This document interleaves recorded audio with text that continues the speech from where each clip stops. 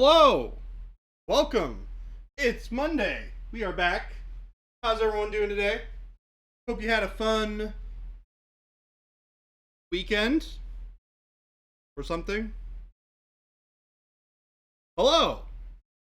What's up, Paint Liquor? How are you doing today? I have some Leviathan stuff to work on.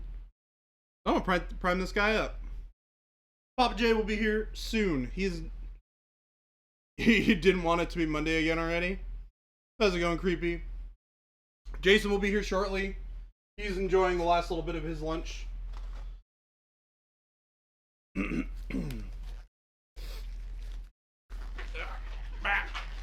gloves are too tiny. Okay. Today's your Tuesday. Okay, well, there you go. At least it's not another Monday. Because Monday after Monday would be kind of lame.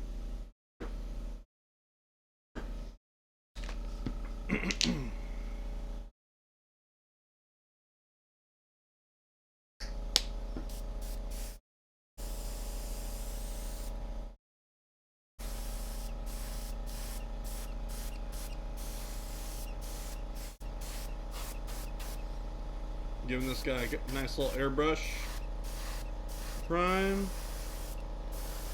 I don't even know what colors I'm going to paint this thing. I've got some ideas.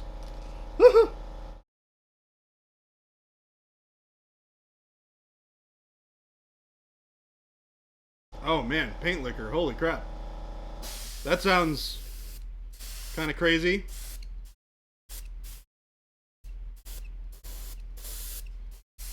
Got to teach people how to not suck.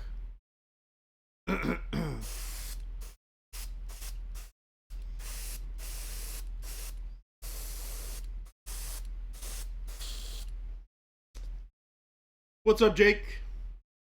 Mr. Baron to you.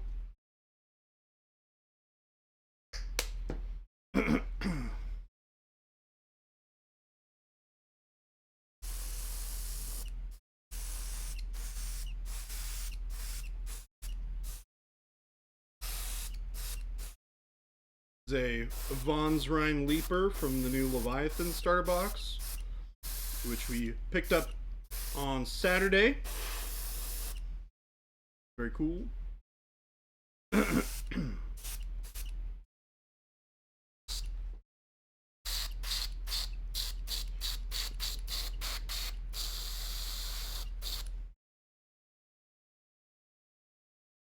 Oh.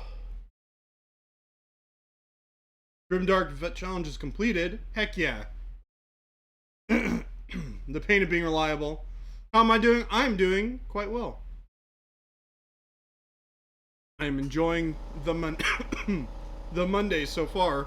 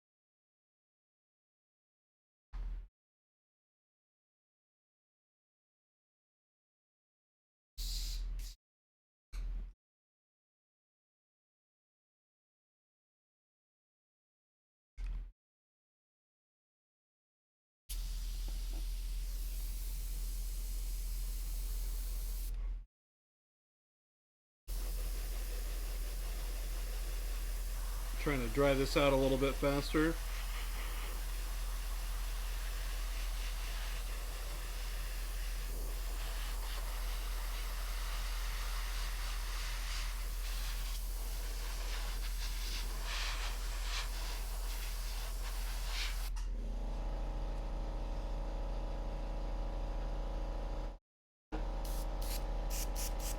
Hit it with a second coat here.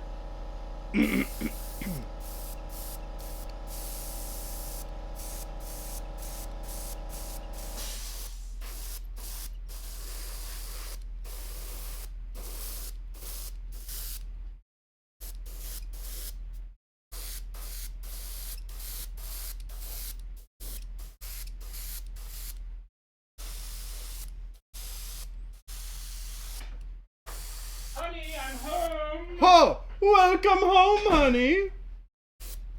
Hello, dear. Is dinner ready? No, because you just ate it. I drank water and had a bag of chips.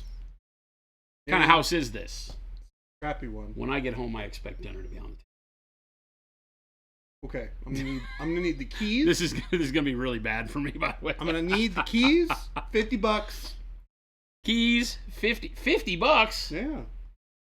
The hell? We don't eat fancy here. We were just talking about ramen with spaghetti sauce on it. Okay, $5. Okay, now we're done. Now done. Done. T-Schmidt, what's going on, man?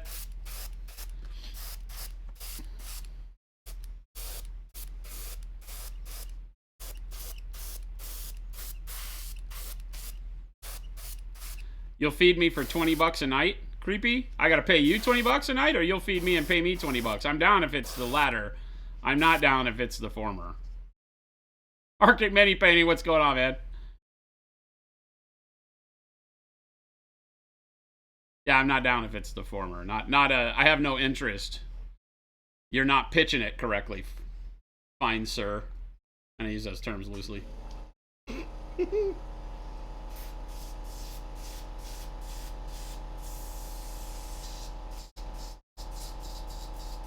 She says unfortunate. Glad for the stream. Had a rough weekend that is still kind of ongoing. Parent and hospital stuff. Ugh. Hospital stuff with the kids? I hope not, man. Hold that thought. I gotta go grab a drink. I got my water, but I want something else. I want a juice. You want to grab me one? Whatever. No caffeine. No caffeine. I'm gonna get a Snapple. Perfect.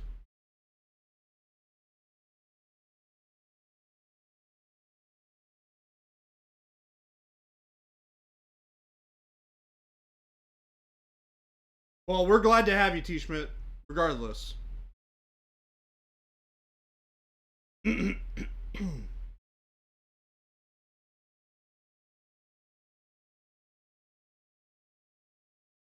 Creepy. What scheme am I planning on doing for the NIDS? Well, we're not necessarily going to do all the NIDS the same. I was thinking about doing kind of like a jungle NID theme. Using like greens and stuff. I think could look really good.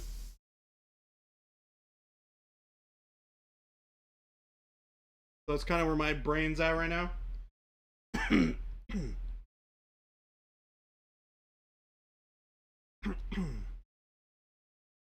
Color me curious, yeah. I was also thinking like greens and blues. Do it in a camo pattern? No. It's Snapple Apple. Snapple Apple? Is it Snapple Apple Juice? It's Snapple Apple Juice. Oh. Like being a 3-year-old again. Indeed. Isn't that all? Ooh, mine is not Snapple Apple Juice. No, you got the mango one. Mine is Snapple Mango. I was expecting apple juice. Snapple juice. I don't want to wear my hat. You guys get the hair today. The hair? The Brad Pitt hair? Dude, I have so much hair. It's silly. Man with hair. It's like frazzled dad hair. Frazzled dad hair. Is it not? I feel like it's like frazzled dad hair. You're not. It's really like you wrong. kids are driving me to an early grave.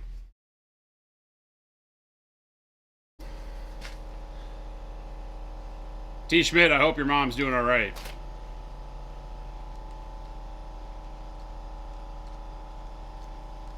Is she local? T. Schmidt? Is it something where at least you can be there? Without too much rigmarole. Mo says, you got rookie hair, son. It's all relative, right? I've had long hair and I refuse to do that ever again. Same. I did that during COVID. Never again. But this is hippie hair for me. I sit and do exactly what I just did, right? I sit at my desk yesterday, maybe playing video games or whatever, keeping it out of my face, and it tickles my forehead because it's so long. And by the end of the night, you have this hair you've rubbed your hands through, and it's like going everywhere. Yeah. Jen likes to come in and be like, "Ooh, this is nice." Paint Liquor went bald at 19. Good times. Well, you just get to wear wigs. You got it easy, man. You can just go to the store and buy whatever wig you want. I don't know. I don't think being bald is the worst thing in the world. I think it's a good look. Jen says that I have excellent hair at all times. Even the crazy hair is really good. It's because I wear it with confidence. I don't even care. Hair, since I was a teenager and was interested in my punk rock hair, has never really mattered to me. Like, legit. It probably only mattered in so much as that they'd kick me out of work if I just didn't do anything with it, right? They wouldn't let me go to work. What color do I do these knits? Paint Liquor says, nah, I shaved it and have good skull shape. That's a thing. You can't have a knotty head. Yeah. There's a really bad combo of baldness and knotty head that's a little worrisome. Localish, her place is about 45 minutes. That's right around the corner in Houston. Good that you're close, T. Schmidt. That's what makes a difference. Sushi says, let it grow. So Chris has like Samson hair. He does. You'd never know it because he pulls it back in a knot and puts a hat on all the time. But he does So legit for the first like month or two I knew Chris, I guess I'm just a bad payer of attention. I had no idea. And then one day he lets his hair down and I'm like, whoa, whoa, whoa, the luxurious whoa, mane. Whoa. That is Chris's hair. Whoa. He's like me, he wears a hat all the time. But his hat, he's got the bun pulled back, right? Not the top knot thing, not the silly top knot, but he's just got it back and not like ponytail style. Somehow he turns these luxurious shoulder-length locks into like a ball smaller than your fist. He's like a magician. Fabio hair. No. Arctic, you're loving the new sculpt from Marines and Nids and Leviathan. Finish your half of the box and you're working on your buddy's half of freaking bugs. Woo. Freaking bugs. The sculpts didn't really change. I mean, the Nids, they didn't really change. It's just new stuff. But I'm with you. I like it. I am not mad at it. The new four-armed, I forget what it's called. What again? You remember what it's called. The Screamer Killer? Yeah. That thing's cool. Yeah, it's an old sculpt. Yeah, it's a redo of the original Funny Boys. Yeah. It looked all. Yeah, we have it built. We put up a photo of it. Hey. There's actually a lot of really good hair around here. You mean like at the office or in Phoenix?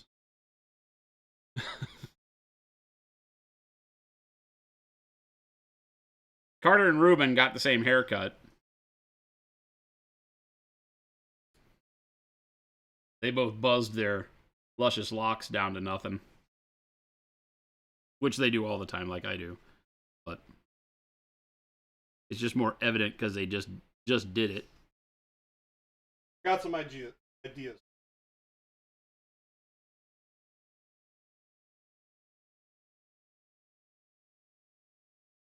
My brain working. Oh, is that my outside voice? That was cruel and unusual. Is that my outside voice? Sorry. It was, in fact. Sorry.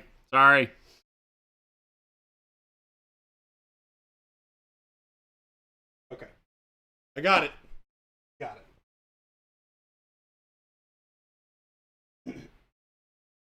Very bold statement, sir. Everything's perfect. Wrong.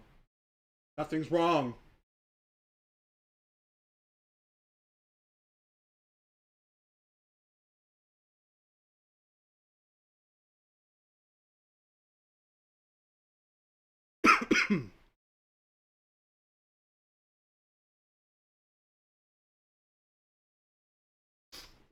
So we are going to go.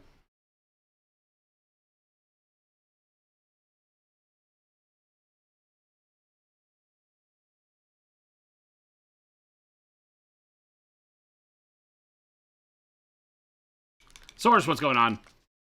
Carter, Ruben, and Christian. Oh, yeah, Christian also buzzes his hair. I'm about to. Really?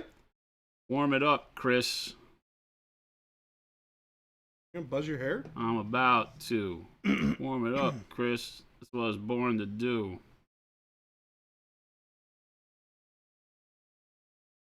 Because I'm the miggity Mac Daddy.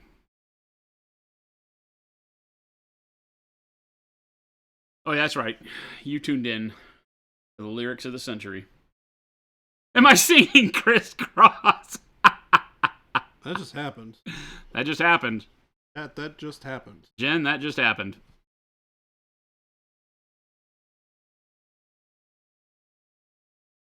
Why did it happen?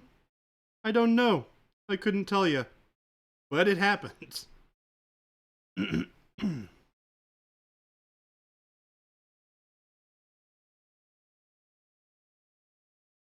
going with light green skinned bugs with dark blue carapace. For the funsie.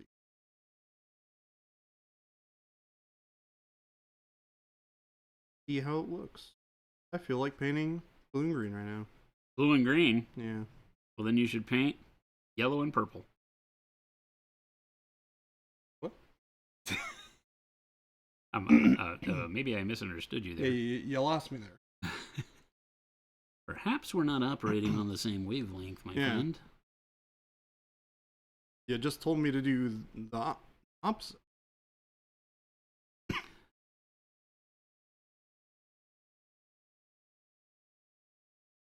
Never trust your gut, Jordan. Always go with the opposite. That's dark tidings. That's dark tidings. So Jordan and I went to local game store, Old World Games, one of our dealers, and purchased the Leviathan box, as you can see. And I got a couple of Chaplin models. Oh, yeah. That I intend to turn into Lamartes. It's very cool. I'm excited for that conversion. For the Blood Angels, because there's not a Primaris Lamartes. His name, by the way. Lamartes. Tess. So, yeah. I got a conversion I got to do. A lot of cutting. I'm hoping I don't have to sculpt anything. There may be some sculpting. I want to make a neat Lamartes.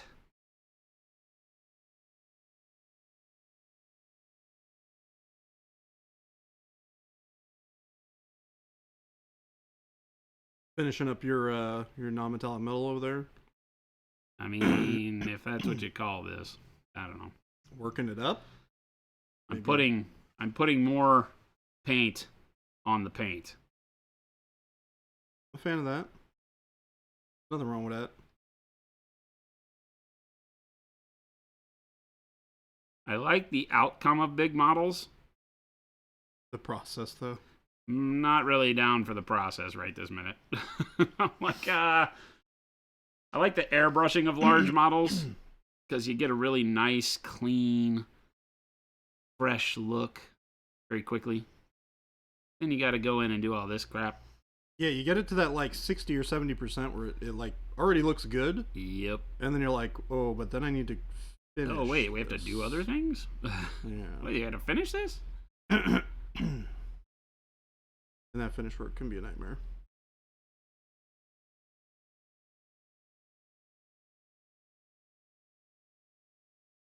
I usually make Jen paint all my vehicles and dreadnoughts, but she's not having it lately.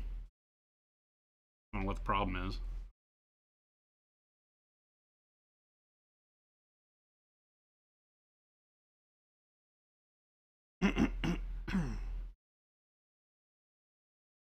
What is bugging me? What do you mean, Avian? Or are you talking about this bug? What's bugging you? Is that the Von Ren's Leaper? It is. There's like 3 of those in there, right? Yep. That's a neat one. It's kind of like a warrior lictor. Yeah, it's cooler than I think it's awesome. Yeah, it's cooler than I was expecting, to be honest. How long do you think it's going to take you to finish the Leviathan box? Well, the good thing is we're not trying to. Yep. There's only one model out of it I even care about. It's the other Dreadnought. This isn't even the Dreadnought out of the box. This is just an eBay rescue Redemptor with the 3D printed ballistas arms that I got from Pop Goes the Monkey.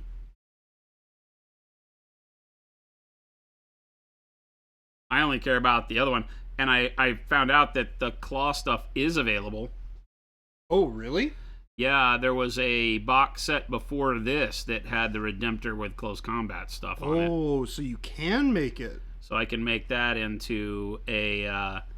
but here's a problem. I remembered that I bought the Forge World Jump Pack Contemptor Dreadnought. What? Yeah, Forge World has for the Blood Angels in Horus Heresy, there's a Contemptor Dreadnought that has Jump Pack. What the heck? And so I'm going to take that Contemptor Dreadnought and turn it into my Death Company Dread for 40K. That's really cool. Because it's on the same size base as a regular Dread, or it'll fit on the same size base as a regular Dread. Yeah. Whereas this one's big. This one's on like the 85 mil base or whatever. So. Agastus. Oh, gotcha. The Brutalis. Yeah. I don't want a Brutalis, though. I just want the Death Company Dread. But it's both close combat weapons, too. Jodal, thank you for the follow. And my big goal is obviously to have everything be at true scale, and unfortunately the old Dreads, while being my favorite style of Dread, don't size up well when you do everything in true scale, which is, Primaris or larger. So I'm kind of stuck with the Redemptor chassis or the Contemptor. The Contemptor is pretty big, so it'll fly. No pun intended. It does have jump packs. But I'm even going to leave the jump packs on it. And just have that be part of the shtick. That is a really cool idea. Because it's already Blood Angels. It already has all the stuff. I also have a Blood Angels Leviathan. Originally I was going to use the Leviathan as the framework for doing a true scale box Dread for 40K. So I bought a Leviathan before they went away. I have a Blood Angels Leviathan that I'll probably never use now.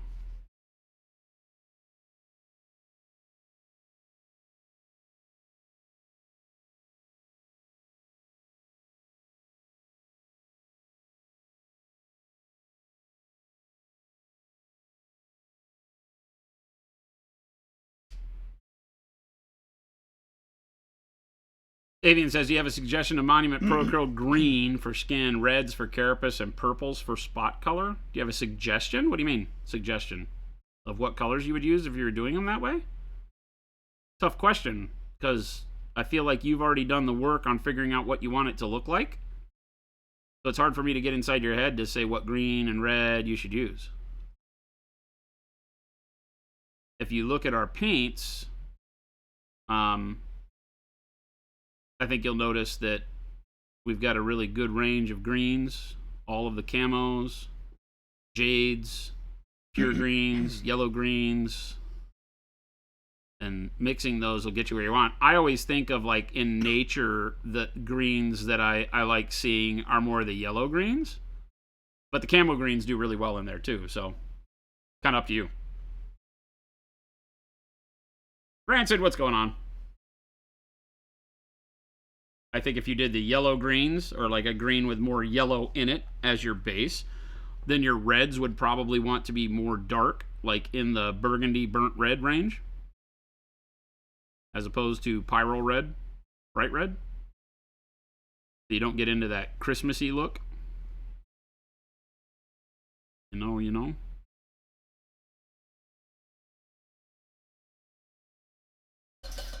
But again, tons of that up for interpretation. I really like camo greens and burgundies, deep reds. I think that looks really good, as opposed to the kind of red I'm painting on the Dreadnought right now. Trying to think, what do we have? Do we have anything that has the kind of red and green going on? Probably not. What's up, Ransom Vomit? How's it Vomit. going? Volet. Mr. Source. Follett. Baby J, what are you painting with? A paintbrush. Bump, bump, bump, bump.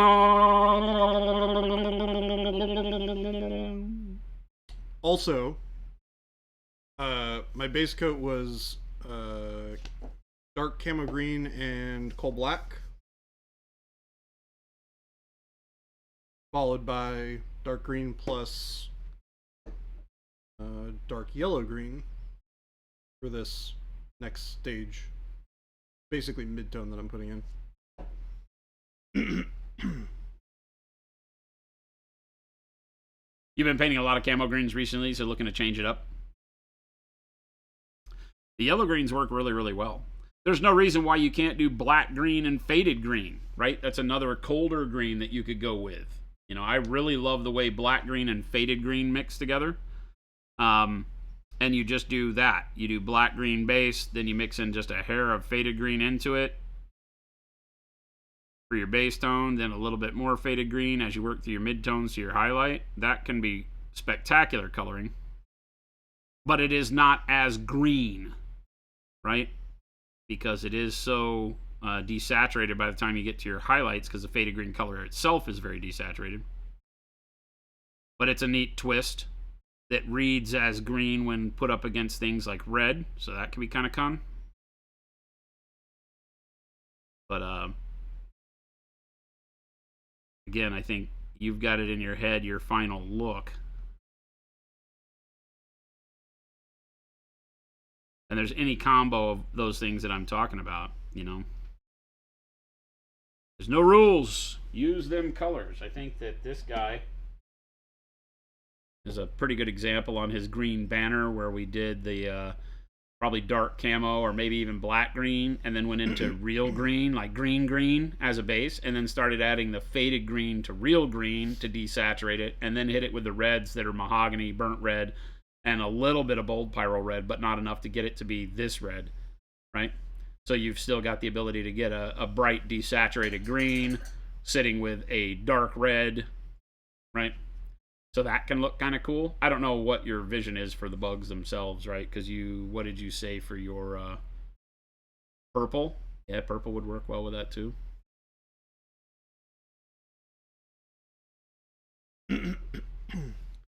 All sorts of choices. The world is your oyster. The world is your oyster.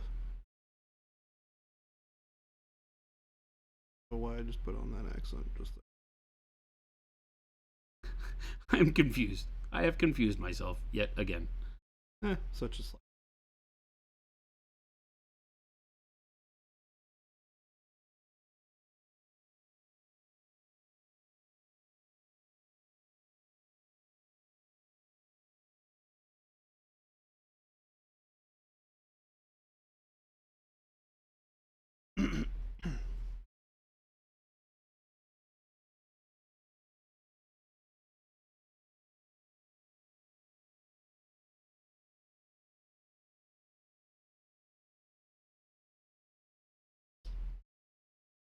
Slimy yuck. You hate oysters? They are pretty slimy.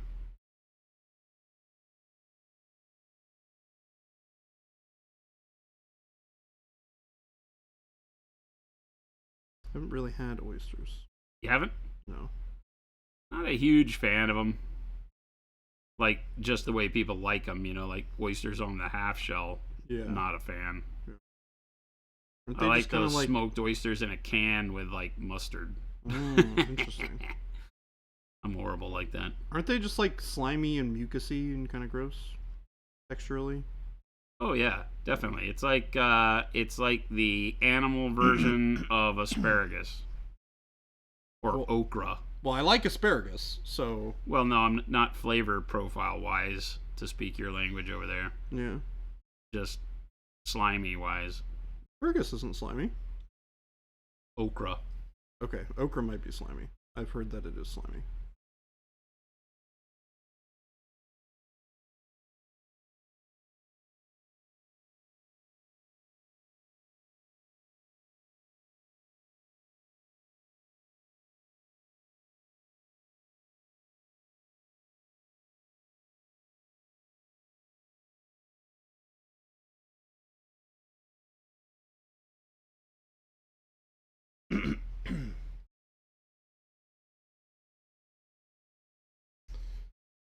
my brother served me a Norwegian delicacy, deep fried cod tongue. But the taste was good, but the consistency made it come back out again. Cod tongue. Like the fish? Do fish have tongues? Just initially, it makes me feel like it would be like calamari steak. When you say fish tongue of any kind, I feel like calamari steak is the thing, and it's just too gummy for me. Yeah. Not a fan.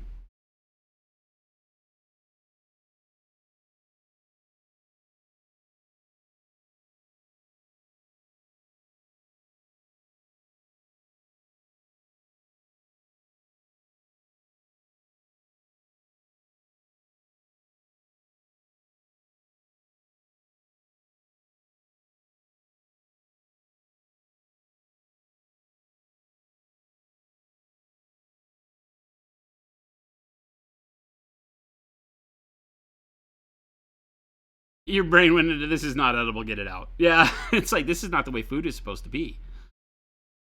It's funny. It happens to the best of us, right? I'm like, yeah, this is not what I expect food to like bounce back off my teeth. Yep.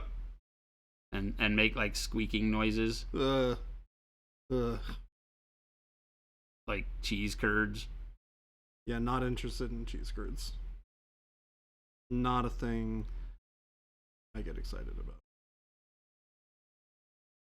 Sorry to all of those who love cheese curds in the chat. Not my cup of tea.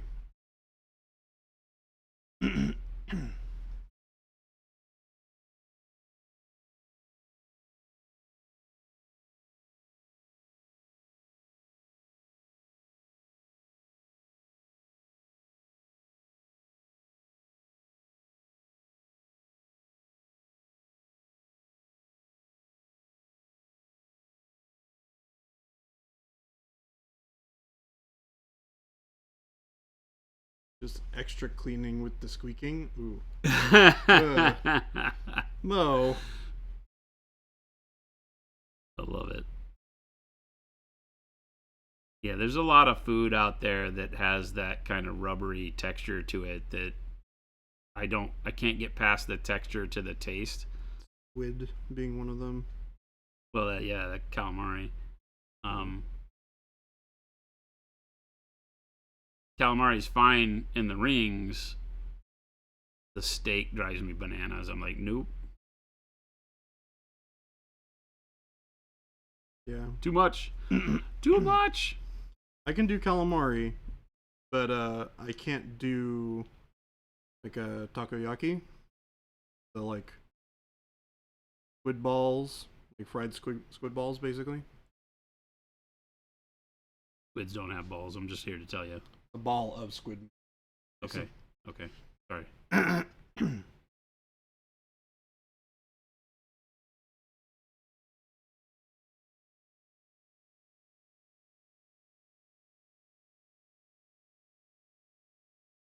Squids are so weird. What a weird Cephalopods. good old cephalopod weirdness.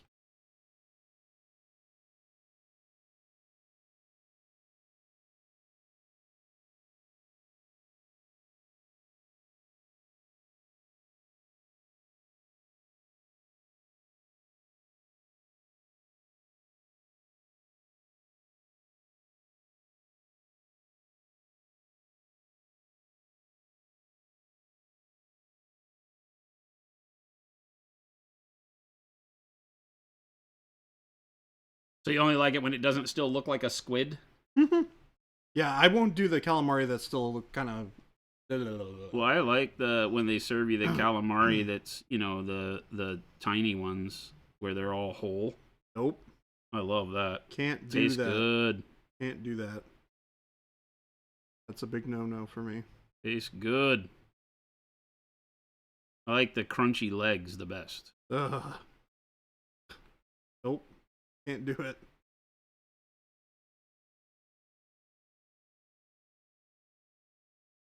Me the shivers. Gives you the shivers. Yep.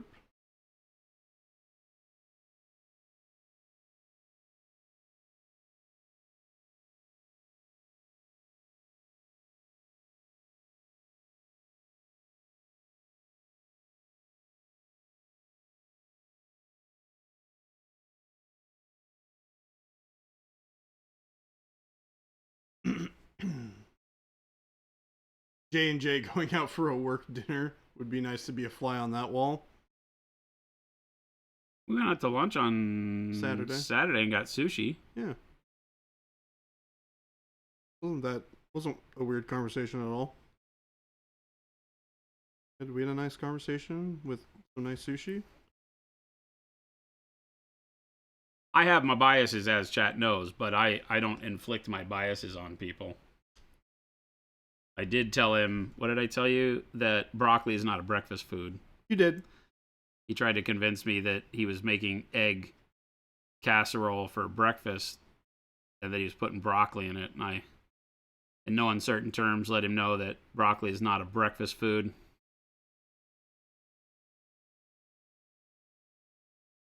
That was the end of our food arguments. I didn't try and counteract you there. Maybe Jay's still learning.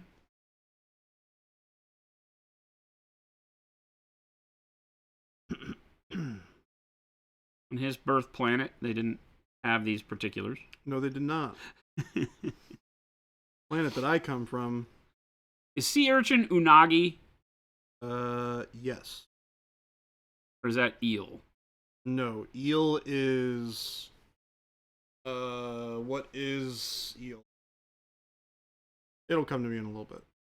Unagi is eel? Yeah, unagi is unagi eel. is eel. What is, I won't eat urchin and I won't eat eel. Again, I actually like eel. Kind of gummy. Kind of not bueno.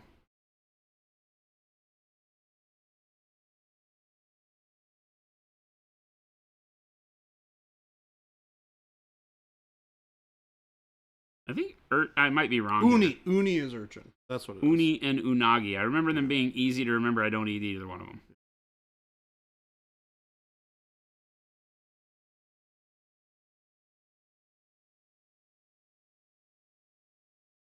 Not my cup of tea. Don't blame me there. I've never had sea urchin before. Not really interested in trying it. I'd have to think deep if there's any stingy animals that I would eat. Do I eat any stingy animals? Jen, you also don't really think broccoli is a lunch or dinner food. So maybe it actually is a breakfast food. No, I like broccoli.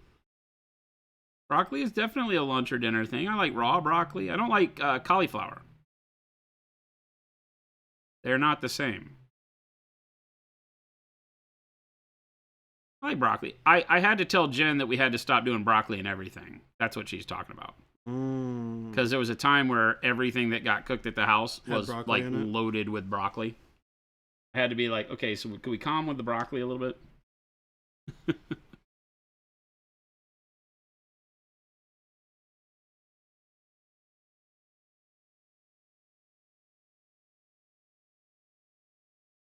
I like it.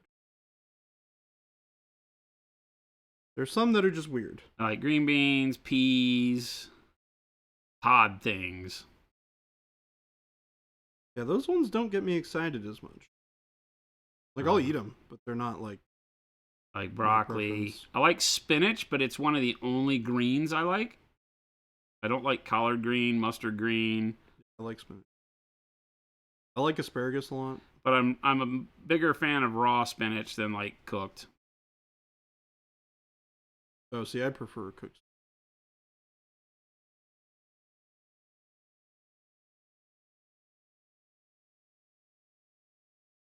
Cauliflower's awful. Slimy, wriggly okra.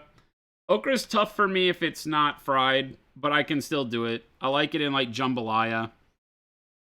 Raw, or, boiled, whatever the hell it is. At that point. But served as a side vegetable, okra's not my favorite. Like as its own like on the dish, plate. Yeah. Just like okra on the plate. Not as big a fan. Because it's super slimy.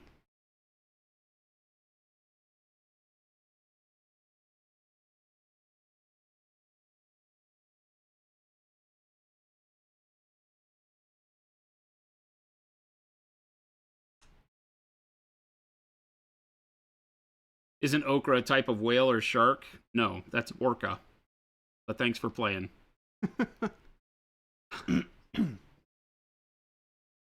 Killer whale. Orca. They had those back in Seattle. And it's actually a dolphin. Yes. Not a whale. It is, in fact, of the dolphin variety.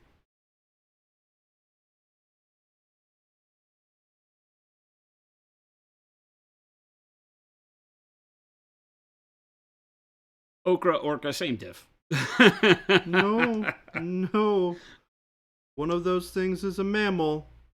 The other one is not. Would you eat an orca if it rammed your boat? I mean... So I don't think that technically it's wise to eat that intelligent of a creature.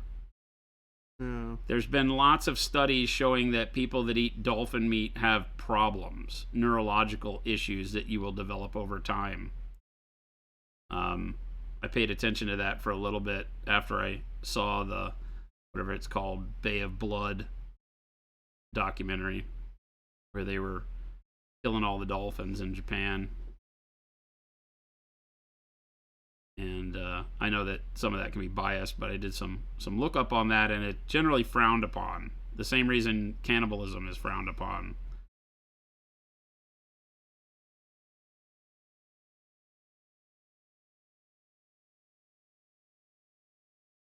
I don't know where orca fall in that whole thing. Best not to eat it. In a pinch, maybe. But generally speaking, there are easier and better things for you to be eating. Yeah, there's easier fish to eat, turns out. Yeah. Orca should not be your go-to. So what you're saying is that all of Norway and Japan have neurological issues? Why do they eat dolphin in Norway? I don't think that's a case, is it? It's a protected species, so I hope not. I think Japan never signed into those accords, right? The whale and dolphin hunting things, or if they did, these were poachers. I don't remember. I don't know any of the legal stuff surrounding that. But I'm pretty sure you're not supposed to hunt dolphin.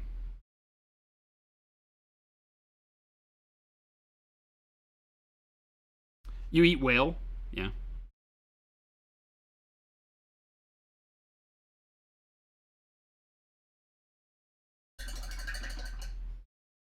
Yeah, again, I don't know which.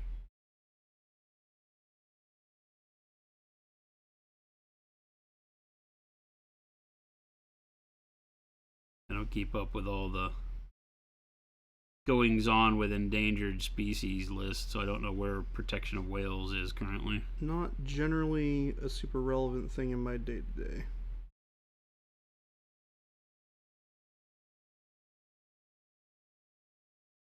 Feel like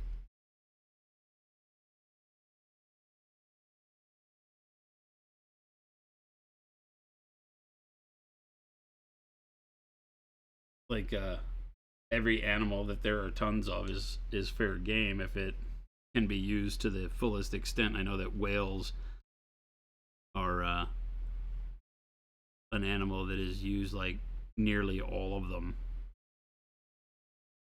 Nearly all of the carcass is used.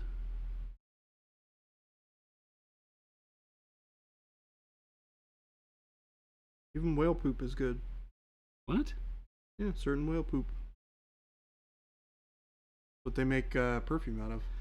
You're just making that up. 100% not a lie. Making stuff up. Not even lying. Just making stuff up, chat. Somebody in chat. Whose job is it to chase the whales and collect their poop? I want to know.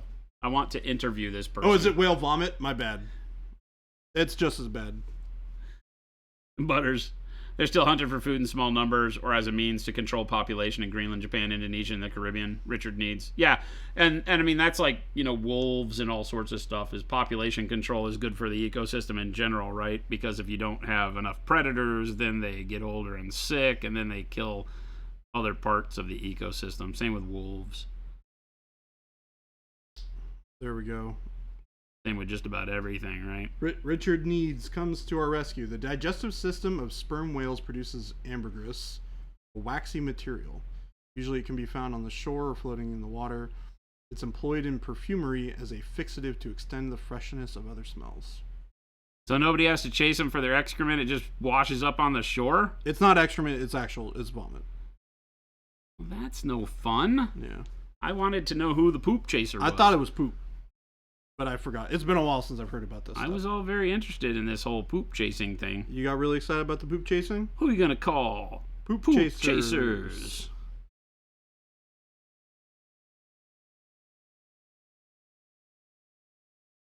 Coming to a theater near you.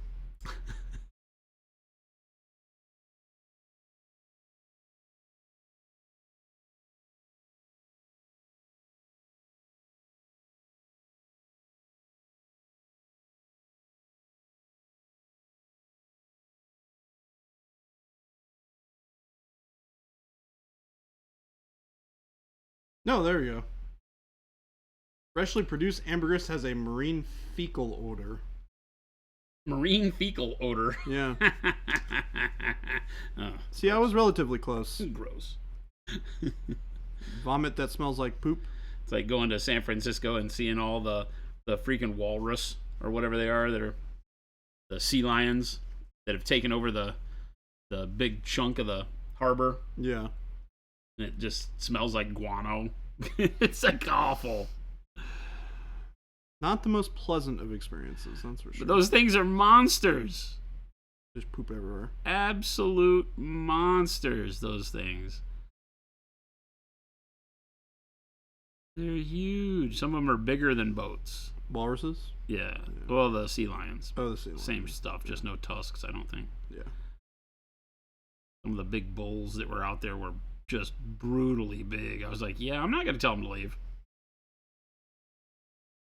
Be like part of the Department of Fish and Wildlife and be like, okay, Tom, your day. You're on sea lion patrol. We're going to need you to keep them orderly and in the area they're supposed to be in. Keep them from pooping on the locals. They just migrated in, took over the docks, forced people out. I think that's so great. It's like, nope, we own this now.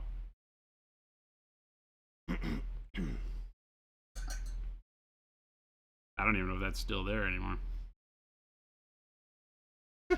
Baby J was likely thinking of bat poop. That's used in makeup. Who you gonna call? Bat guano.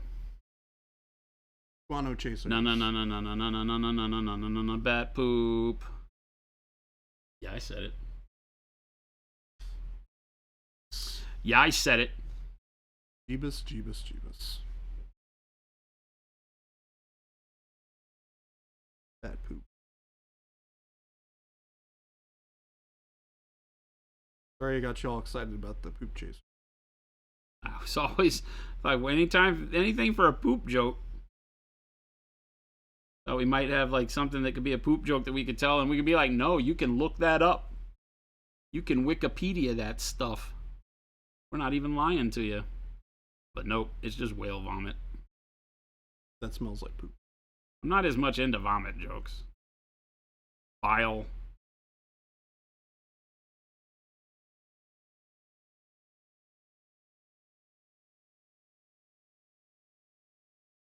Pee pee poo poo. Funny. Pee pee poo poo. Throwing up. Not so funny. One of my least favorite things in the world. Throwing up? Oh my god. Haven't done that in a long time.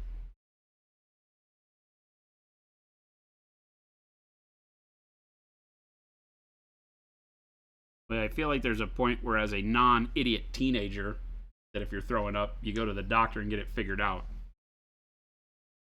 As an idiot teenager, or a young entry-level adult, all bets are off.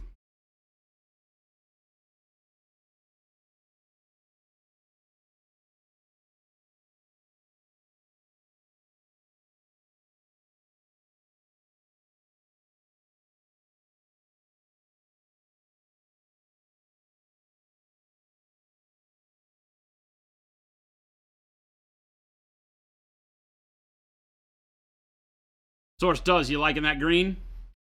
The green over here? Yellow green doing magic. Yup. Mixed with dark camo green, or are you just on to regular yellow green now? Dark yellow I'm green? onto like glazes of yellow green right now. Yeah, dark yellow green? Yeah. Yeah. I'm gonna bring it up to like a fleshy color. Green's one of those where the base color makes all the difference. Oh yeah. Right? Yeah. So going with a dark brownish green, dark black green, dark reddish green, things like that can make all the difference for how the model feels. Yeah. And I started with that black plus dark camo green. It was a nice base for it. But it's coming along nice and quick. Has that M&Ms? I'm literally just painting blue black mixed with white blue. It doesn't look like anything other than lightening the blue. I'm having a blast. Can't you tell? No, Jason, I can't tell. Well, geez, Jordan, you don't like me at all if you can't tell this is the most fun I've had since...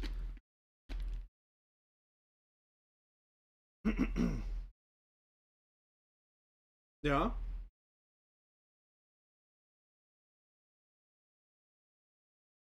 Since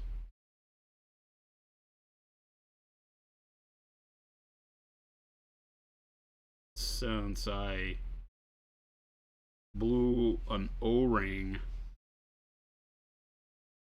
after too many jalapenos. See how I looped that back around to our food conversation? Telling you, man, we tied it all together here. Tie it all together here. This is definitely the part of painting where I am the least thrilled about it. I like the outcome, and I'm enjoying it. The next couple of steps are pretty good after You can see what's about to happen, but it ain't happening because there's 50 million miles of metal. When I turned the model around, I was very silent about it. I didn't talk about it because when I went from here, I felt like, oh my God, this is an awesome accomplishment. I'm almost done. And then you turn it around and you're like, oh, but I forgot. It's all metal. I mean, I'm going to be honest, you're most of the way down at this point. Yeah, it's really just the highest stuff. Yeah. It's just bright stuff now. Yeah. So you got a couple more spots to put all that stuff. But it looks good. I really like that you went with like a heavier blue. Oh, yeah. To go with the red. I think it looks really nice. It's robbed from the way we did the word bearers. Oh, really? When I was going to be doing the word bearers for Horus Heresy, I did the same type of thing. The red was a lot different, but yeah, the goal was the same, to really offset the heat of the red with a very blue steel. So that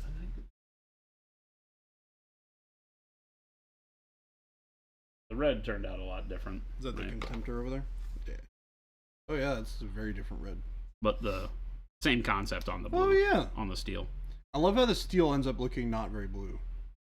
Yeah, as you desaturate it, you take those mid-tone colors and you drag them out of the eye, so that the eye only picks up on them subtly, right? We'll go back in with a little bit of black transparent like we did on this guy and get the real dark spots done. So, again, the blue drifts back into the background the brighter you go. Yeah, that's awesome. Can't wait to see it come to fruition.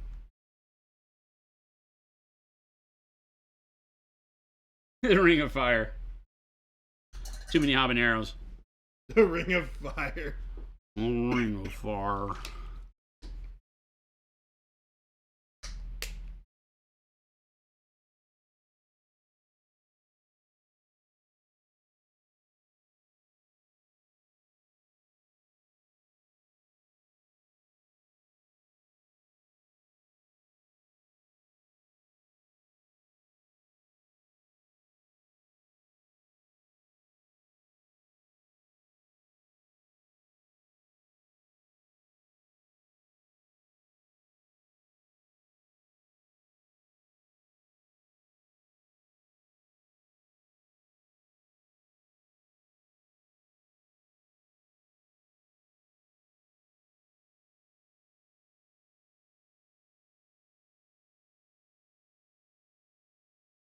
Jason, is this the blue black plus khaki? No, this is blue black and white blue On the word bearers, we used either khaki or pale yellow. Right now, since that was back before the Signature Series stuff had hit.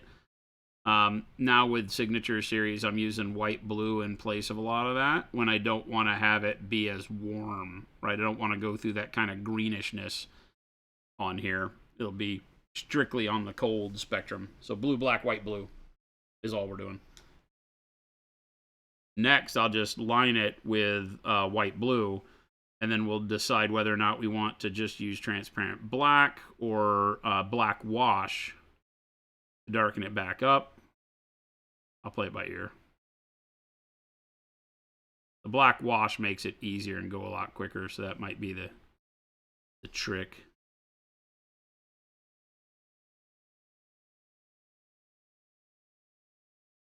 Big Bobzilla, thank you for the sub.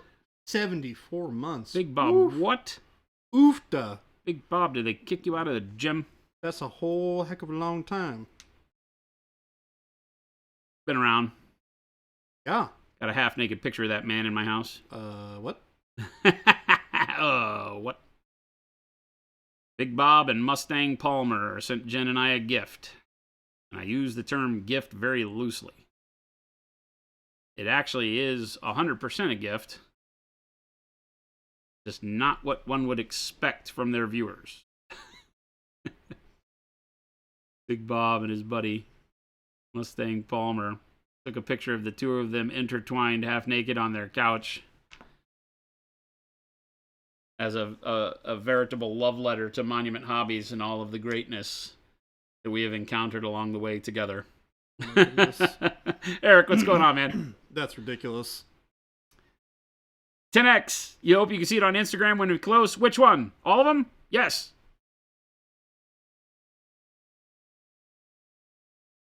See what on Instagram and ready? Hope we can see it on Instagram. Source, this is one of the Von Ryan's Leapers from the Leviathan box set. I think Von Ryan's World was one of the first to fall to the Tyranids. Yeah, that's something like that. I don't remember all the story for Tyranids. It doesn't really intrigue me much. Bad Jacob's not here. He would be mad. Well, he would know. Probably, maybe. He's a nerd for this kind of stuff. Source, that's a Tyranid, yeah. One of the new ones from the Leviathan box. Yep. It's a mini big bug. lictor. Yeah, kind of a mini lictor. Like a Tyranid warrior lictor hybrid thing. Yeah. For scale, this is a Saurus warrior. 10X, yeah, we're or Tynex. Don't know if I'm butchering your name. I hope not. We are. I am doing a Blood Angels army at true scale for 40K. I started it a while back, and have gotten kind of renewed fervor for it now that we have the Ballistus or whatever this thing is called, the box dread that's true scale, right? Because this is kind of how the dreads always felt in the artwork. They were monstrosities with the boxed deal, and the Redemptor always had that neat feel, but I could never get the arms for the old box dreads. So when they decided to do this, I'm just a big fan.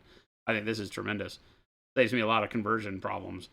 So, but we're doing all these true scale Marines. So all of my normal Marines are in Heresy armor. This is Mark III armor, right? You can see against the normal Terminators how big my normal dudes are. And then we were doing true scale Terminators before the Leviathan box came out. Now they've got true scale Terminators in the Leviathan box, which I think is great because they're posed a little bit better than these guys. But big bulky Terminators. And then Death Company.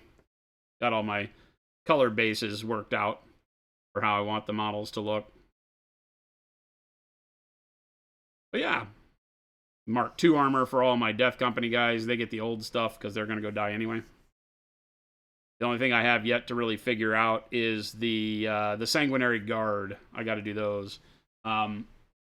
It's been a real blissful time because we have Primaris Dante, so I converted Dante up. We've got his... I don't know why everybody else has wings. How come Dante doesn't have wings? So now Dante has wings. Looks so much better that way. And lightning forking off of his axe. Fork and lightning.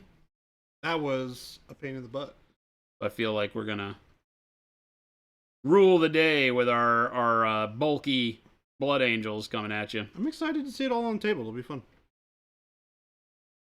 It's not nearly as many models as I thought, so that's good. Yeah. I think I can get a lot more done quickly. Well, initially, in 9th edition, there was a lot more dudes on the table. You also have, like, a lot... You have it pretty much all planned out, right? Like, you kind of just know all of the things. I have it all bought. List, it's right? all in baggies. I just need to put it all together. Yeah.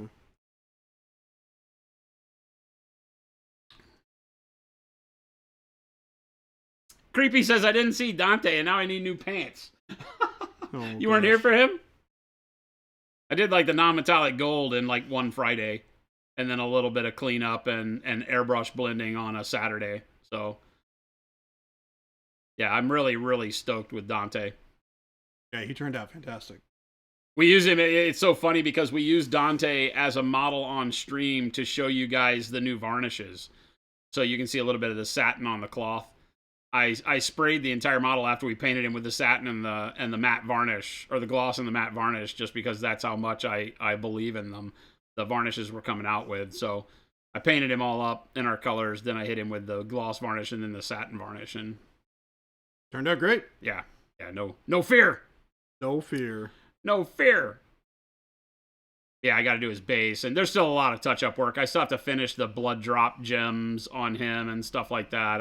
I'm kind of got to that point where I'm like, okay, done enough. I got to finish the parchment, the purity seals, and do the glow on the jump pack like we've done on the Vanguard Vets.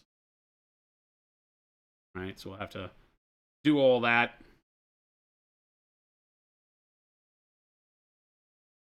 Yeah, I'm really, really happy the way he turned out. The wings worked really, really well. They're the wings from Andrasta, the AOS Stormcast model. Just had to heat this one up and bend it because it was a little out of whack for how I wanted it to go together. I wanted more symmetry from them and to let the gun and face show through from this direction. Made them kind of mother of pearl style, pearlescent coloring by using our transparent white over the top of dark purple, magenta, jade, and warm yellow. Right? So yeah, really stoked for Dante. Great model. Had a lot of fun with it. Have you actually looked at his rules yet? Yeah. In 10th? Mm-hmm. Yeah. What does he do? I mean, he does what he always did. Oh, okay. Hasn't changed much. Leads a group of guys like a captain or like a chapter master. He gives +1 to hit and wound rolls, I think, and with his unit, and he's a monster in combat, but... Okay. Nothing crazy. Nah.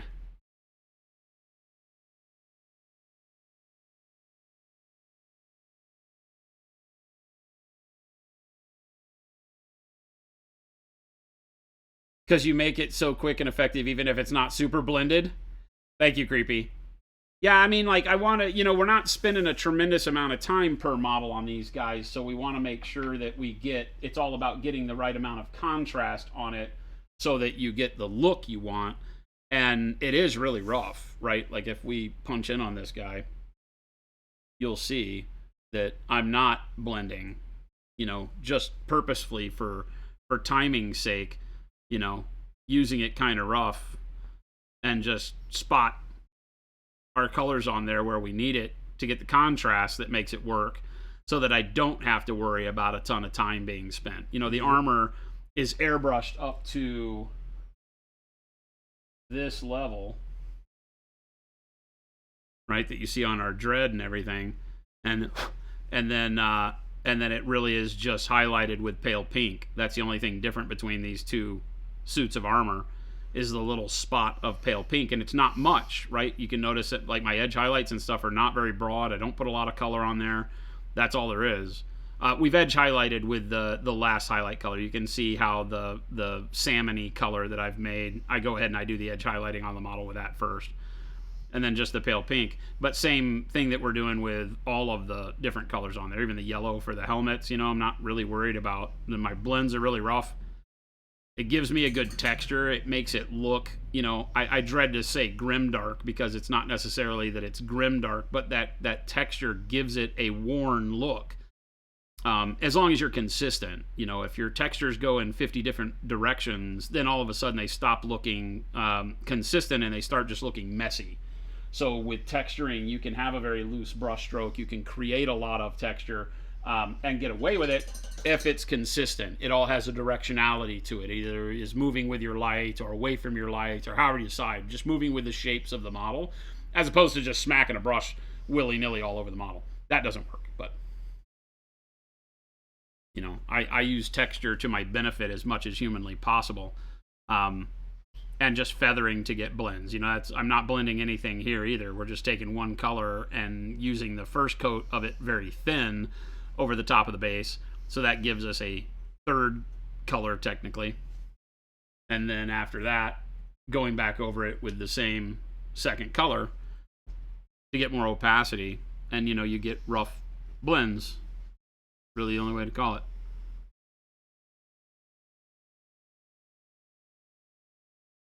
But you don't have to sacrifice the look of the model, and any of these models could be brought to an even higher standard by just going back and blending them a little bit more. Like with Dante on his non-metallic gold, I did the same rough blends and sketchy kind of shine highlight locations on him, and then I went back with the airbrush and blended those very fine so that I had a little bit better, more consistent, you know, nice looking, because he's the leader of the army. So for your characters, your bigger models, you know, you can take a little bit of extra time, but the process to get to that point was exactly the same as all the other models. So I don't have to relearn the wheel. I don't have to spend any time figuring out, okay, you know, on this guy, how am I going to do the red? Because I did it with, you know, speed paint on the rest of the guys. My red's going to look totally different on my leader because I'm not going to use the same process. Nah. Just get good at layering your paint and you never have to worry about it. You can paint as quickly as you want to. You just have to know where to start and stop.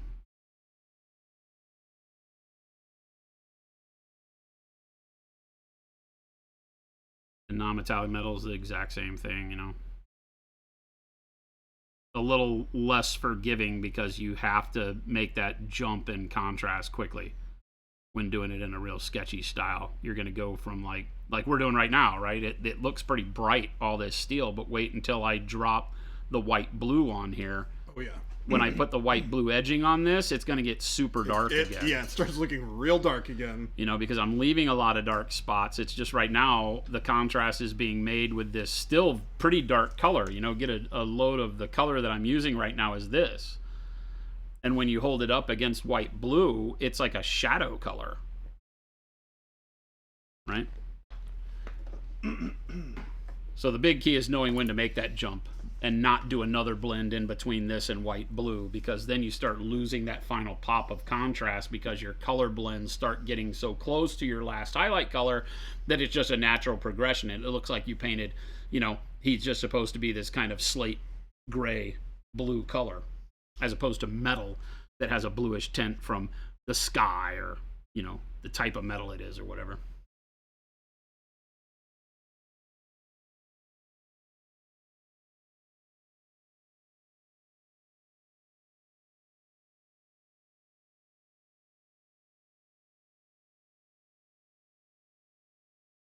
You just need to sit down and do non-metallic metal on a squad of dudes. Try to push yourself just to get them done quick. Is that what you're saying?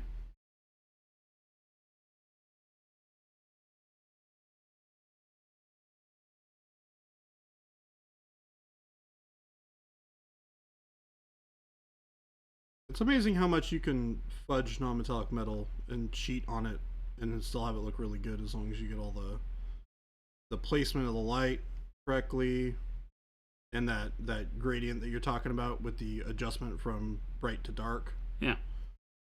It's what we've made that kind of into the funny statement of wish.com non-metallic. Yeah. Because it really is just, you know, go fast. Yep. No, I mean, like, look, like I haven't even painted the underside of this or the underside of this because that gives me that contrast, you know, of the ground reflection. You know, if I really wanted to get crazy, when I put this on a base that actually has color, I could come back in and put some of that color on the underneath sides. But right now I don't know what that's going to be, so I'm just leaving it alone. You know, that's up to you. But just in the essence of moving fast, I'm even skipping painting some areas. Well, especially in areas where you're not really going to look at the model too, right? That's tougher, right? Because I don't really ever look at it like, oh, you're never going to see that spot. We talk about it, but Chad will tell you I always come back and paint it anyway. Interesting. Because if I can see it, I'm afraid everybody will see it, Yeah. Doesn't mean that there aren't some spots that are a little loose and whatever, but, if I can use a downward facing surface to represent shadow and just skip painting it, then more power to me. Yeah, that's kind of what I'm talking about, more or less. You're still going to see it, but it has a reason for being dark, or it has a reason for being, bright or whatever.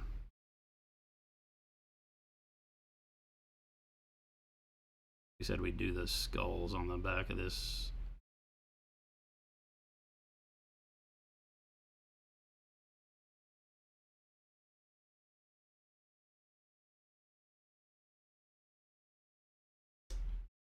Nearing the finish line on the skin, I think.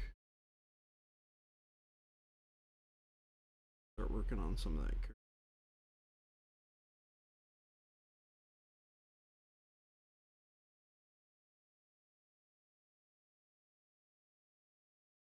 So you paint the inside of Land Raiders. Yep, 100%. Always paint the inside of your vehicles. You're a quitter if you don't. There's only one vehicle in my life that I've painted the inside of. Mo knows I'm lying. He's been here long enough to know not to believe me when it comes to that conversation. I'm like, no, you glue the damn doors shut. What about cockpits? Nope. What if there's a lot of visibility into the cockpit? How is there visibility in a cockpit when you've painted the glass Because the glass with is opaque color? I never leave transparent plastic on a model. Oh. Not a chance. You prime and paint that stuff. Well, on most of them, I agree with you. There are some examples that. So, the problem I have is that not painting a cockpit is the same as using a piece of jeweler's chain and not painting the jeweler's chain. Like if you were doing a Space Marine with his weapon chained to his arm and you went out and got some cool jeweler's chain and put it on the model, and then you just left that jeweler's chain in that fake gold from Hobby Lobby. It's the exact same thing as not painting the cockpit plastic. I did paint over the cockpit plastic with transparency to imitate dust collecting in the recesses. And I painted the rim. You'll never convince me. Oh. I'll bring it in and show chat, and chat can weigh in on whether or not Never convince me. we think it was worth it. I think it looks I cool. used to have this argument with people in the scale model world because, building scale airplanes, everybody's big thing was how do you paint the metal frame on the cockpit without crazing the glass, the clear plastic, right? Yeah. So they make all these products for keeping the clear plastic masked off so that it works. And I'm like, you just paint the plastic opaque, But in that world, people are like, no way, dude. I just spent $50 on all the etched brass for the controls in the cockpit, the custom panels and realistic controls and things like that make the inside look real as opposed to the crappy plastic cockpits a lot of companies put in. Then what about super basic? His face inside the thing. Can't do it. Can't do it. Can't do it. Probably would not paint that model. Probably just would not paint the model. Probably would not paint that model. If I looked at it and I said, boy, I don't know. I'd have to figure out a way to paint the face on the front of the plastic and then make it look like it was recessed and shadowed in there, which is doable. But I probably would look at that model and say, not worth it, not playing.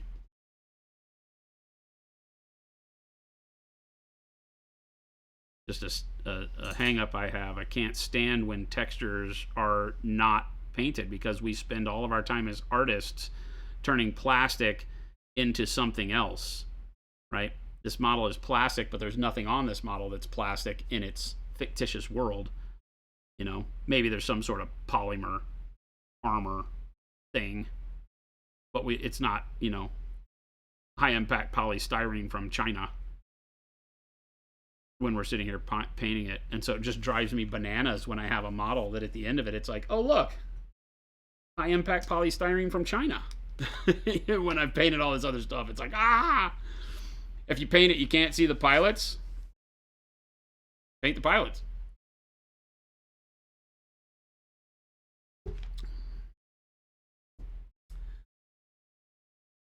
You'll order Arnim Zola right now if I agree to a paint off. A paint off of what?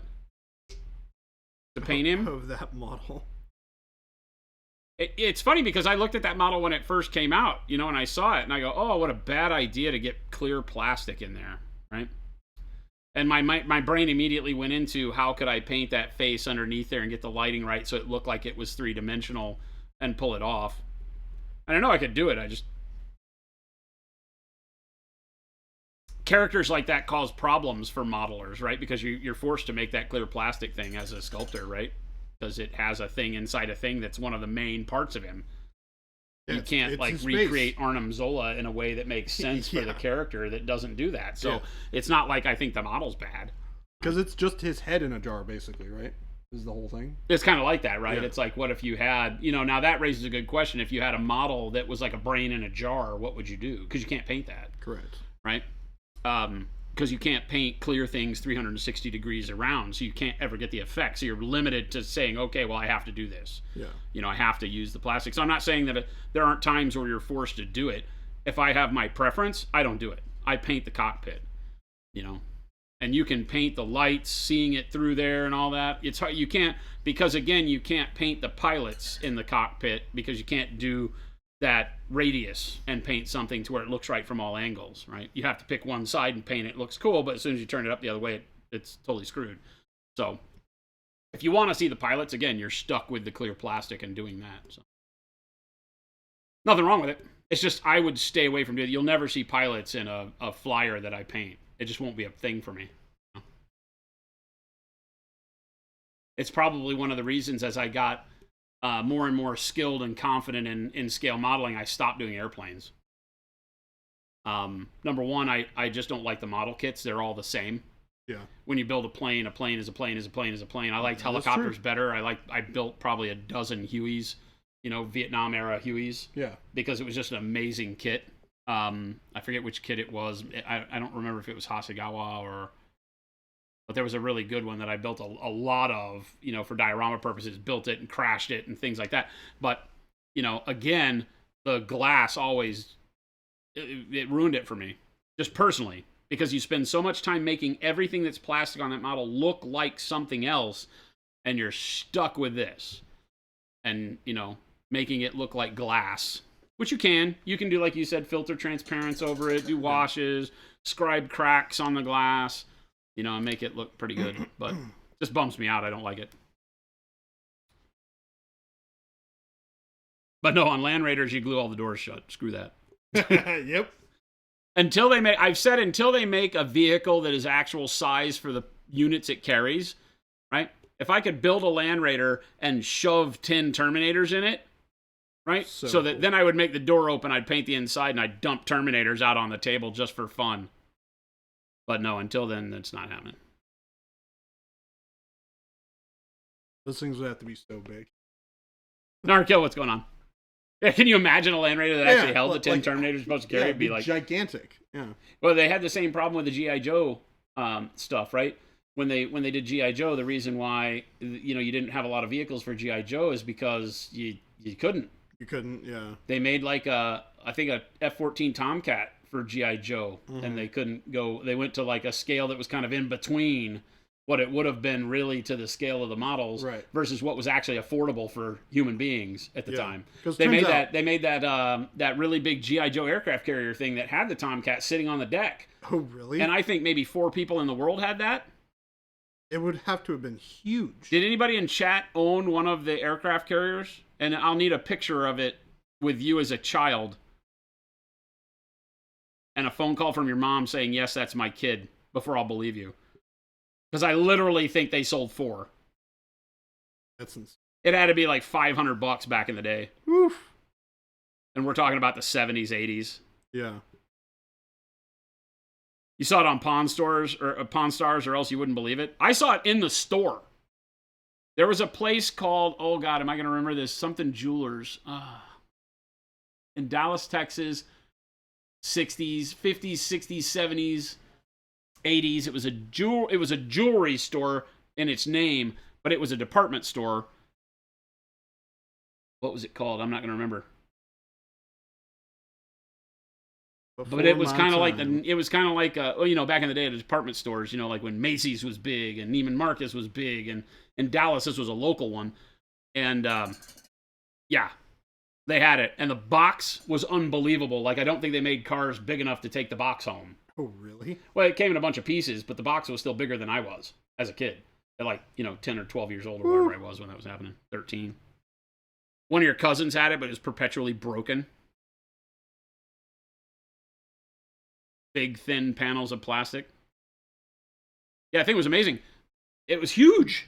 If you look at pictures, everybody Google it. Google G.I. Joe aircraft carrier. It's insane.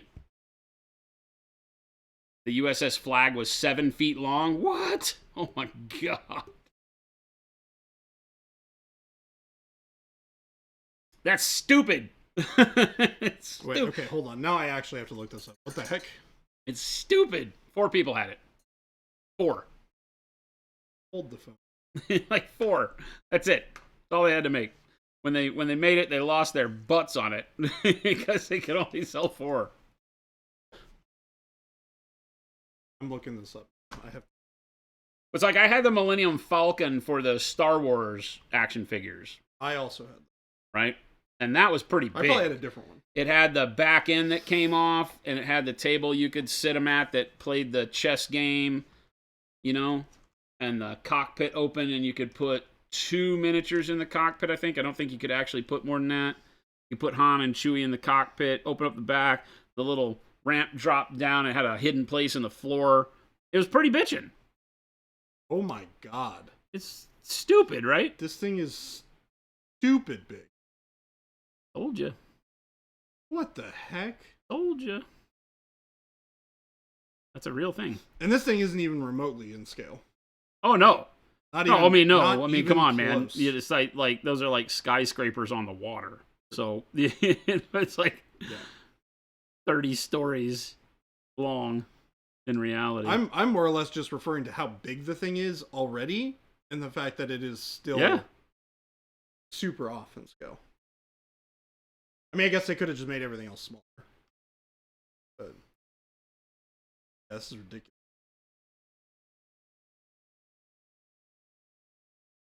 Narkill, how's it going? Yeah, I had the Millennium Falcon. I think that's all I ever had. I think I might have had a TIE Fighter. I feel like at some point in my life there was a TIE Fighter toy that I had because I remember the wings popping off. They had a button. You could fly around. And there was a spring-loaded connector that the wing panels snapped in. And you're flying around with your Stormtrooper pilot or your TIE pilot in it. And then, when the X-Wing shot you, you're supposed to press the button and the wings popped off. Pop off, yeah. Yeah. So I remember that. I think I had that. I couldn't tell you whatever happened to that thing. I used to have a lot of Star Wars. But the Millennium Falcon was my pride and joy.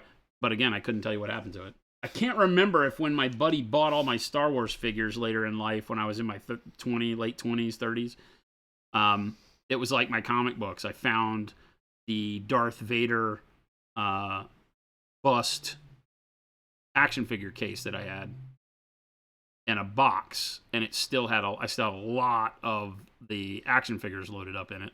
That's funny. I know exactly what happened. Sold them all in a garage sale. At a garage sale, right?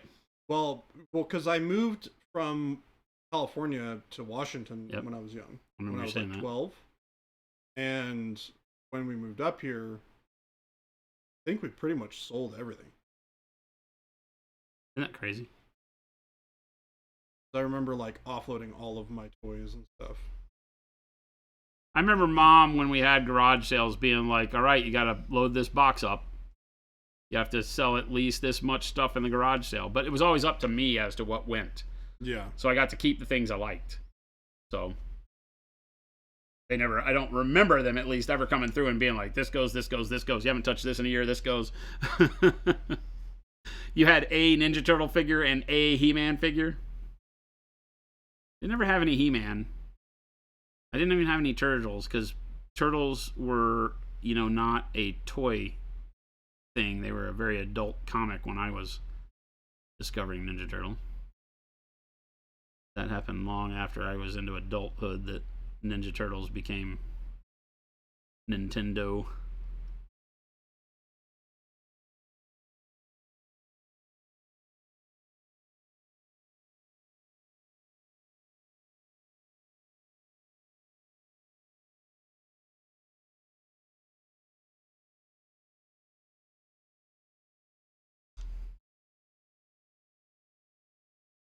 You're a youngster.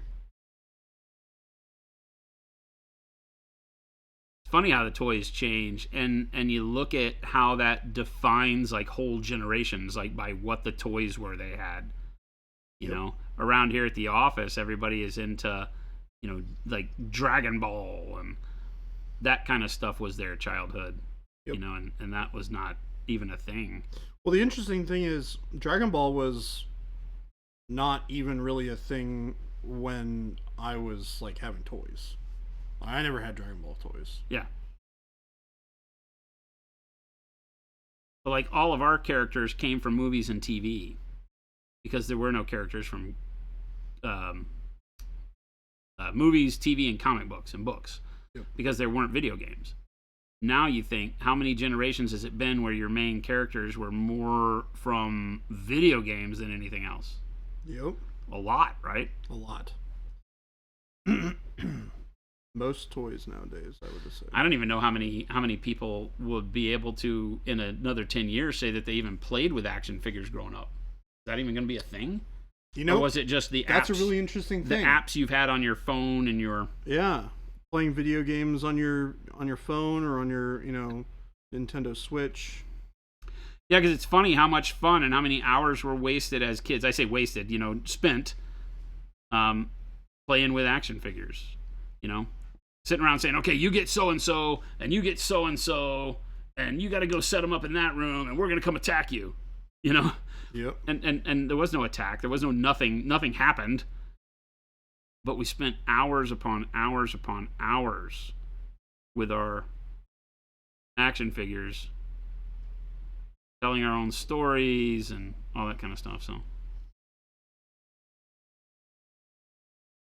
just different. Yeah, I never really thought about the fact that nowadays kids may not actually play with action figures. It's like who was it in chat that was saying, they're into comics, but only in so much as they buy speculatively for collection. And so after we pulled the comics out and did that thing on stream last week, of course I went home and started looking at comic valuations, resubbed to Comics Price Guide, started doing all of my research as we're going through and, rebagging and getting the collection ready to sell. And there's a lot of stuff on the internet of people saying exactly that. Like comics nowadays are not something that a lot of people buy to read serially. They speculate to collect, to have a investment. And so there's fewer and fewer comics sold to kids that care about reading them. Yep. And more comics sold to old dudes like me that are like, they're going to put this person in the next Marvel movie. Better buy the comic before it gets expensive. Get that comic because the price is going to go way up. You can make some bucks. Not that that's bad. I'm not making a statement on that. I just wonder what that's doing to actual comic book stores. Because as recently as it's recent, it's not really recent anymore, right? Early 2000s, late 90s, probably the last time I was collecting comics.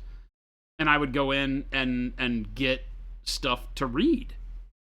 I think people still do that. I was looking for, well, I'm sure they do, but that's not the primary reason to do comics anymore, I don't think. I think you'd have a hard time showing me that that's the way they sell comics nowadays. Well, I mean, there's still new issues, right? And those are not necessarily collectible.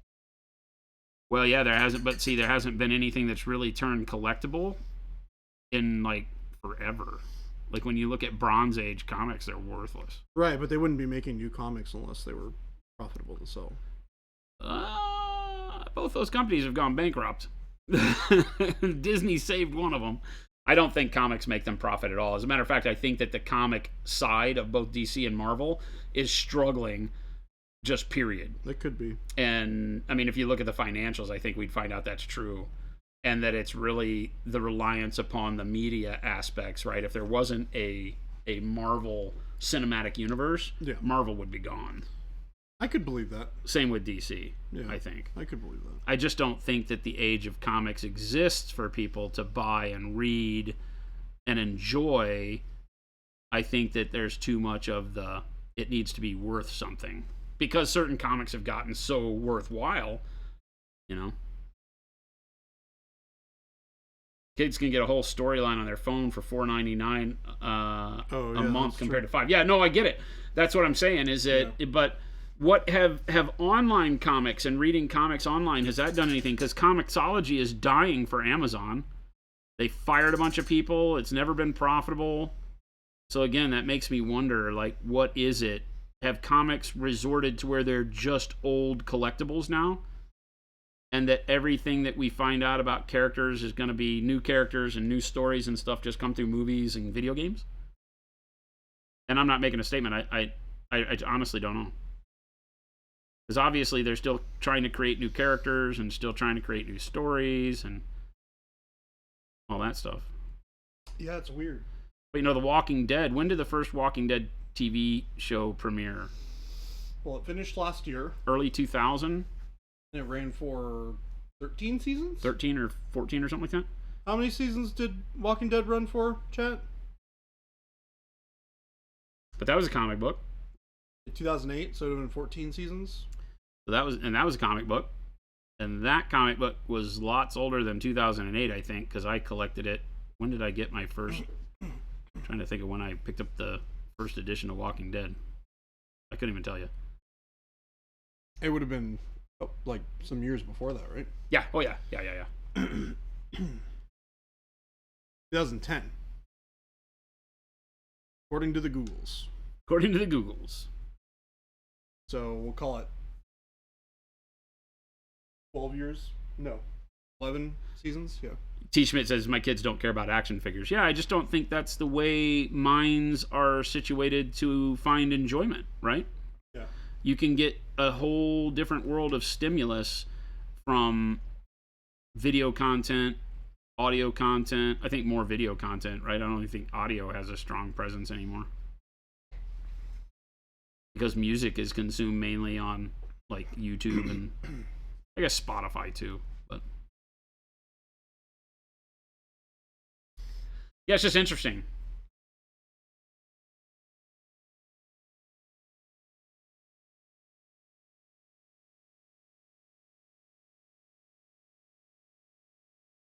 You know, my dad's generation had G.I. Joe, but it was the big, like, 12-inch tall G.I. Joes.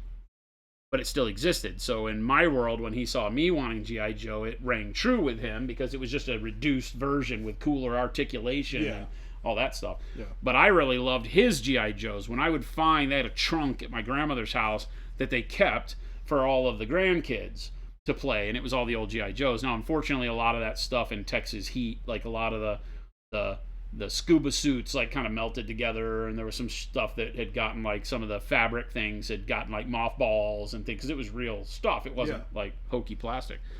But I just thought that stuff was amazing. They had like M1 Garands that were like, I don't know, 5 inches long with real fabric straps, and the fabric magazine carrier that you'd put over it, and the plastic magazines that would go in the magazine carrier in the pockets, and the pockets really snapped. They had teeny tiny snaps on them and stuff. It was amazing, right? But it was hokey looking by the time you got to my age or my generation, where now everything was ball joint articulation and you could make, Cobra Commander go all these different directions. And of course, G.I. Joe back then didn't have all that same stuff. It was like real military suits and things like that. It wasn't as cartoony. But they changed it, and it still rang true. Nowadays, I don't know. Like, if I had a son right now, what would my son would be paying attention to? Fortnite, yeah. I don't know that I'd have anything on that. I mean, Avengers and all that stuff that Marvel Cinematic Universe has done, I think, has done a really good job of tying that together. The enjoyment factor is found in a different way. Spider-Man comes in a video game, and the animated series and stuff like that. And I don't know that anybody would be as stoked now about a Spider-Man action figure that was just a plastic dude with a really bad woven costume. Well, I think it largely depends a lot on what you would have introduced your child to, right? Well, I don't know. I mean, yeah, there is some of that, right? A parent can get a kid interested in things, but it's really your kid's environment where they spend the most time that's going to really drive that. So what are their friends into, and what is their core group of people they're trying to fit into like? Yeah. That's generally going to have more influence than their parents. Or at least a similar amount that's going to make it hard to say, it's going to make you want to argue with your dad. Dad, you're so old fogey, nobody plays with action figures anymore. Yeah. Because it's not, I mean, it can be a solo thing. I don't know. All mine is speculation. But it could be like if you're into the Marvel, right? And you're like, hey, kid, let's watch the Marvel movies, right? And you watch the Marvel movies with your kid. Like, then they might have an appreciation for Marvel. The movies, not necessarily the comics. Yeah. But it could lead into an interest in comics. Especially since you have a background in collecting comics. So I could see that very much being a thing, right? Yeah, I find it interesting because, we see it in our own world of miniature games, right? We've got T. Schmidt, we've got other people in chat, I'm sure, that are like, hey, I sat and painted with my daughter, sat and painted with my son, Yeah. Got them playing Age of Sigmar, played a game and blah, blah, blah, blah, blah. And I hear that a lot from people saying, oh yeah, I got my son playing. It's not the same as playing, but, he's interested. Yeah. And so you're bringing up. So yeah, you definitely can. You can create that environment for your kids. Because like for me, I really enjoy Star Trek. I gained that enjoyment of Star Trek from my dad. Okay. He was like, he introduced me to the movies when I was young, and I really enjoyed them. And as such, I enjoy them as I'm older. Sure. But I also never watched the TV shows. Sure. Because we only ever watched the movies. But I remember like having great experiences watching the movies with my dad. Yep. So it still stays near and dear to your heart. Yeah, exactly. And I think it's things like that impart long-lasting like hobbies and interests and stuff. And obviously they will gain their own. Wait a minute, you're arguing for the family unit to be strong though, and that's not always the case. That's not the way it works. Not always the case. Yeah, because like I said, my comics and all that, my dad being the big nerd that he was, kind of a closet nerd, right? Because he wasn't really a nerd the way we think of being a nerd. Yeah. But he liked all that stuff. He liked sci-fi. He liked comic books. He liked, going way into his head and his fantasy worlds that were being generated, whether it was reading a book or watching a movie or whatever. And that is 100% of why I dig this stuff. Because I was allowed to, and it was part of something that, my dad was doing. So, same way if your dad was, building cars or something, you might grow up really loving building cars or motorcycles, when nobody around you really cared about it. Yeah.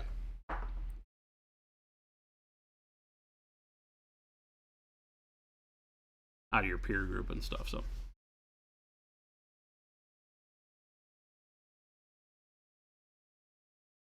To go more blue. Arctic says, what's a dad? Oh. Or more jade. Arctic. Deadbeat Artist, thank you for the sub. Welcome back. 23 months. You're almost at 2 years. One more month. Let's go. I'm still feeling bad for Arctic. What's a dad? I've read about him. What's a dad?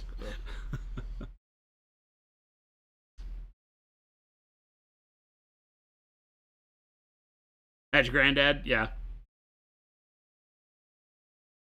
It's funny, I did not have a granddad, really. I mean, okay, that's a lie. On my biological father's side, my granddad was there, but he was to me, was not a great guy. He was a drunken old soldier. kind of guy.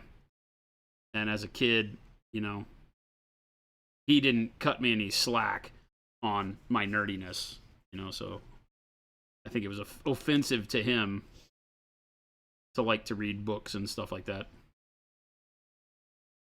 And so I didn't really get along with my granddad.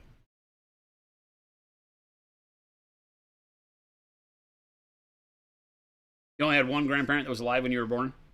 I had my grandmother and my great-grandmother. For you, was your older brother for all the nerd stuff? I had a good friend, Steve, and his brother was that way. His brother was the cool stuff guy that had an influence on all of us. Because if you hung out with Steve, you always hoped his brother was around. Right? His brother had a car and cute girlfriend and skateboarded and listened to cool music and had all that stuff. So for that, he was like, you live vicariously through the hope you could become like his big brother.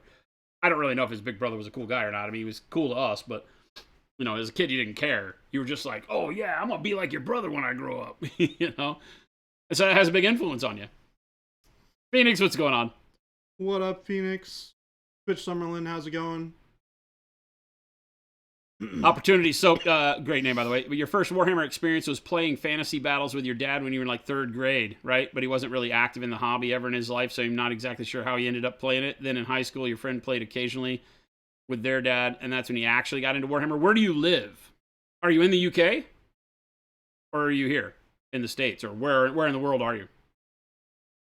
In the UK, Warhammer's a lot different. It's a thing that's a brand that's been around in people's heads for a long time. And it's like, you know, one of the things when I was working at GW that we would talk about in like higher level meetings is that we wanted to try to get the US to be like the UK, and the UK in some stretches of Europe, where it was like on Christmas Day, if you had a son that passed a particular age, there was something Warhammer under the Christmas tree a lot of times. It was just a known factor, something that people did together and such. In the USA, it's never been that way. You're in the States. Yeah, so that's very strange, right? Because if your dad was never really into the hobby or anything, you got very lucky. Because Warhammer has never really been a thing that was just, you know, rando thing my dad does. Yep. It's growing there, but it's so far behind. We were talking decades and decades. My buddy back in middle school and high school, his dad had actually pretty, all things considered for that time, pretty nicely painted like bunch of really old Space Wolves and Dark Angels that he introduced his son to, and as friends who were both interested in that kind of part of the hobby, we both played a lot. That's very cool. Yeah. So it's that unicorn does exist out there. Yeah, it's funny because had that been, you know, I mean, I got into it through scale modeling, right? Through just generic model building as a hobby. I say generic, you know, military scale model building. I didn't ever know anybody or wasn't influenced by people that did like model trains or anything like that. You know, when we say the hobby, we're pretty brazen to call it the hobby. Because, you know, the hobby of building models and such is so varied. There's so many ways to get into it, so many avenues to see cool stuff, so many things that you could, you know, gravitate towards. Even like miniature world building, you know, like everything from doll houses to just environments and dioramas. There's some people out there that do dioramas of the craziest stuff, right? There's a guy on YouTube that I follow who shows off his diorama work, and it's like the diorama of the entrance to the Grand Canyon. You know, it's like realistic stuff. So that's why. And he does it in like HO or N scale, you know, railroad people and cars, and does this stuff that's just phenomenal. You know, the landscapes he creates and stuff are phenomenal. And I take like inspiration from that stuff, even though the worlds we're working in are not that pristine. You know, there's no road sign that I'm trying to build that says, you know, exit 5 miles, you know, but it's just the concept. So we share so much across all of model building, not just the inspiration, but the products.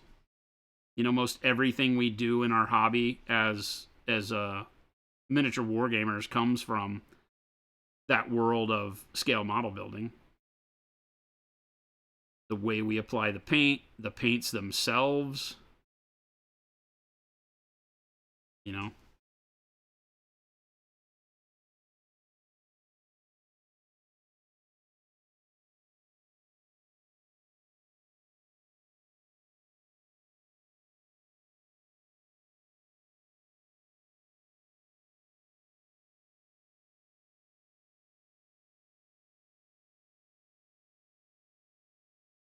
Guy in Toronto who does scale models of the buildings and streets in the city. Oh my God, yeah, I've seen some guys that do stuff like that, like little sides of stores with Coke machines, all built from scratch, and the brick and stuff. It's like, oh my God, That's that really guy's cool. amazing. Like art bills on the side of the building, you know, like posters put on the side of the building that are like stapled to telephone poles and stuff. And yeah, when they light it correctly, it just looks like the real world, like a photo. These little slice of life things that I think are great. The guy that I've seen doesn't have a lot of people in his. It's all inanimate objects, but it's fantastic.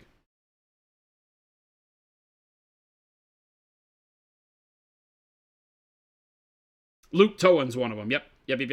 Panic Bomb. Yep, that might be the guy I'm talking about. Games played, which GW? LA.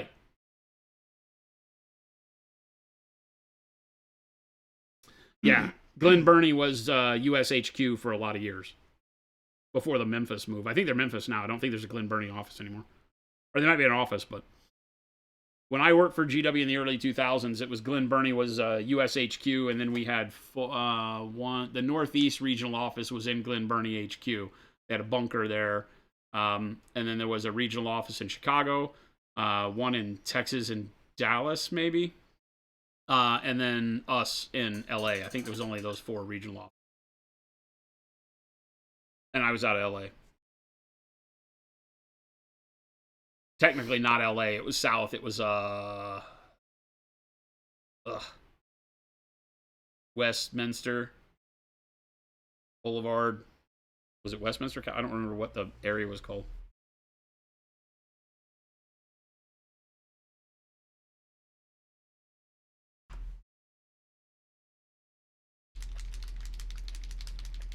Our office was in a strip mall with a Home Depot anchor store. Home Depot. What's that Home Depot anchor store? Is so horrible. Just Home Depot was the anchor for the strip mall. Oh, got it. Just a term for the major draw. It's like a Home Depot and a Best Buy and the little thing there, and it was like, ugh. So it was just a busy freaking shopping center. Isn't that generally a good thing? Well, I mean, for the storefront it was, but I didn't work at the store. I worked in an office. Right. Yeah, that's right. You know, so it was always like, oh my God.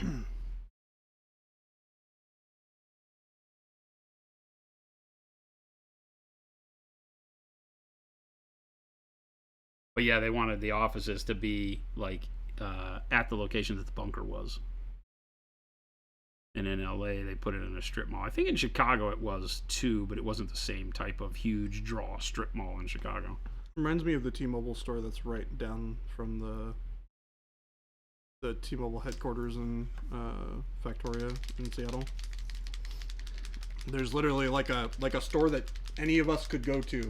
That's literally like right at the bottom of the steps of the HQ. Yeah.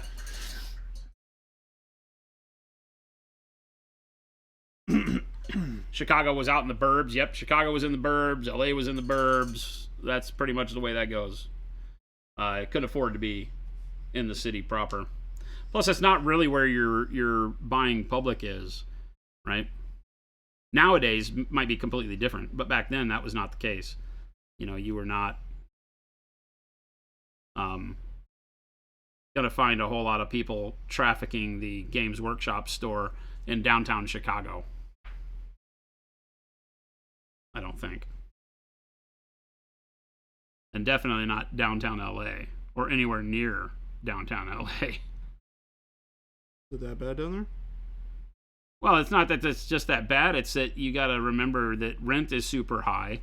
That's where all your boutiques are. Yeah. GW would like to be in the high street style area all the time. But that doesn't mean that people in high street style areas are buying products. Yeah. and that was the big problem when I was there at GW, was that they were switching over to a more out of the malls and into strip malls. Yep. But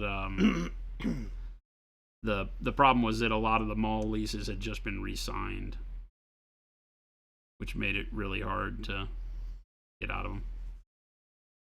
I kind of missed the mall store, to be honest, because I used to go to one of the mall stores back before it switched to like strip malls. Yeah.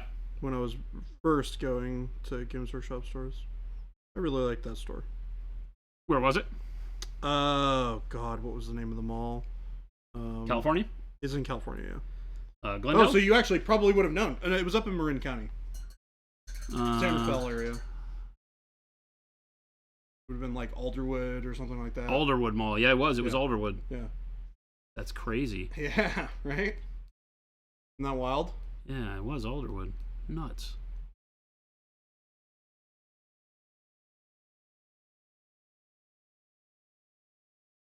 Or wait, no, I'm thinking about a different one. I'm thinking about Seattle. Sorry. But that mall also was called Alderwood. There's two Alderwood malls. One in Seattle, one in... Alderwood sounds very familiar. I'm pretty sure that mall is called the Alderwood Mall in San Rafael. But no, there were no bunkers in big cities. Yeah, no. There was a bunker in Factoria, literally right next to the T-Mobile HQ that I was just talking about. There was a And bunker where? there. So remember I was talking about the T-Mobile store by the HQ? Mm-hmm. Literally 30 feet away, there used to be a bunker there. A GW bunker? Yeah. Yeah. Up in Seattle? Yeah. I never got a chance to go to it before it closed. I was just never close enough. I wasn't old enough to drive at the time. And my parents weren't about to drive me half an hour to a place.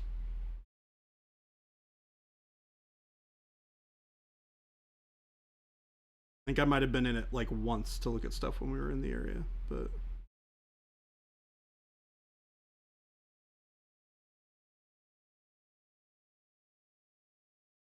Everybody wanted a bunker. Nobody wanted to keep one open. Yeah. That much of a pain? Oh, yeah. I mean, it's a huge expense to have that many gaming tables, Yeah. that much cool stuff going on. And back then, you know, the stores just weren't filled with people. Yeah. This, of course, is the time when GW was just starting to see some of the growth from the Lord of the Rings property. Yep. And, you know, so there was a lot of money floating around, but they misspent it by getting these stores opened in all these horrible malls that cost too much, but turn out nobody shops at. And so then they immediately saw down profits because of bad decision making. The people in the U.S. were just convinced, you know, that, oh, people in the U.S. shop at shopping malls. Let's be in the malls. It's like, well, yeah, they shop for other stuff at the mall. There's really not a precedent for shopping at game stores in the mall. I think I wouldn't be surprised if some of it was also like, hey, parents are going to be bringing their kids to the mall. They can drop them off at Games Workshop while they go do their mall things. Yeah, it was never a thing. It was just not big enough. Yeah.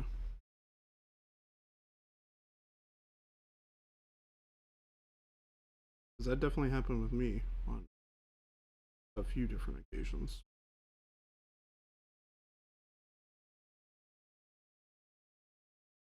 Did they drop you off at the mall? Yeah. Well, they would be like doing mall stuff. They'd be like, we need to go shopping for whatever. And I'd be like, Here, kid, take care of yourself, damn it. yeah. Be like, can I just hang out at the Games Workshop store? Because I don't really want to do any of this. When the old one died, but the GW that Luke used to run is fun to go to. Arizona Mills when I was at GW, yeah.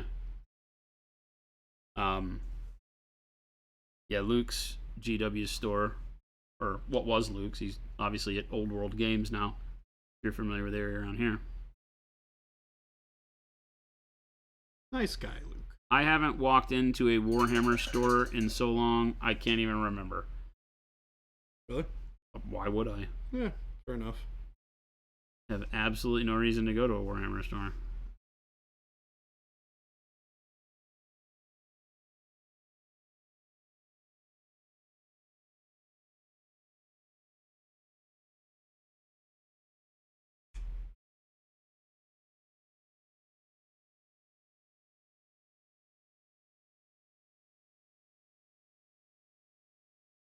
We have, especially now that we have all the dealers that represent our stuff. Now I go to those stores. Yep. There's even less reason to ever go to a Warhammer store. Yeah, it's tough. It's just there's not a whole lot of value in going to the Games Workshop store these days. I think as you get involved in the hobby for the first time, and your pathway is generally going to be through Games Workshop. Yeah, that's the easiest place to go. And so you go there because that's what you learn. And they should have a neat ecosystem for grabbing you and getting you interested and showing you all the cool stuff and all. It's not always the way it works, but in a perfect world, that would be the way it worked. That was always the struggle, is trying to create the right environment in a GW store. The problem is that's all they have. And, you'll learn about the hobby in a GW store, and then you'll go find your local gaming store and hopefully find good people and all of that. The GW stores don't have the same community all the time. Some of them do. Yeah. But generally not the same community that the local gaming store will. And those are definitely the outliers. The ones that have, well, especially nowadays, it's harder and harder because they just don't have any people working there, right? They don't have the footprint time-wise. They are literally, purchasing destinations. Yeah. Well, what the interesting thing is, I think there's a store that used to be back where I lived before I moved here. Well, not in Tacoma. Up in the Linwood area of Seattle. Linwood, yep. Yeah. And that store has, I think, hired 2 new people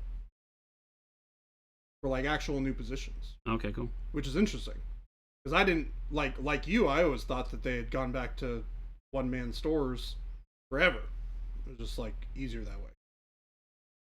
So I saw that and I was like, what the heck are they doing? And that store is real small. It's always been funny to me that if the manager at the one-man store is got an emergency, the store's just closed. Yup. Hey, I got to take my lunch. I'm closing the store for an hour. Yeah, it's nuts, right? Yeah, it's wild. Very unique way to run a business. Yeah, it's interesting. But more power to them. I will never understand the need for your own stores. I won't. It's very hard for me to grasp that.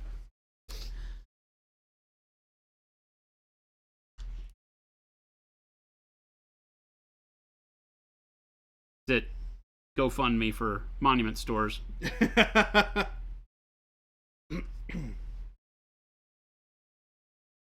Paint bars loaded with Pro Acryl.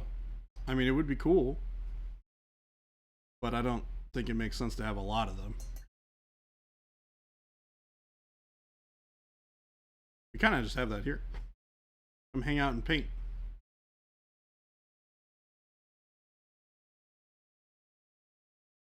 Speaking of, I gotta figure out what I'm painting on Tuesday. Well, that's right. Tomorrow you guys are doing paint night. Yes, sir. Getting all of the employees jazzed. They all wanted to do a paint night. So I'm excited to see how that goes. Gotta talk to Gabe about that. See what the situation is. I have to participate. I don't know what I'll do. It's gonna be a very grumpy dad if I have to go paint out there. You can paint in here. Yeah, I was gonna say it's gonna be very grumpy dad if I have to not paint here at my desk. I don't know what to do. I mean, you're telling me. I'm used to painting at this desk. I don't know. I don't want to not paint at this desk. Black Wolf, what's happening, man? I've been conditioned. And yes, Funkatronic Rex here locally, great store. Love me some Mike. I gotta go back to that store. I haven't been there since you showed it to me, and I'd like to go back and check it out and say hi, do an event there or something. Mike's big into BattleTech, but he plays Alpha Strike. Ooh. So I told him, I said, you learn to play big boy BattleTech, and I'll come play with you. He's like, I don't have time for that. So I may have to go play him with some Alpha Strike.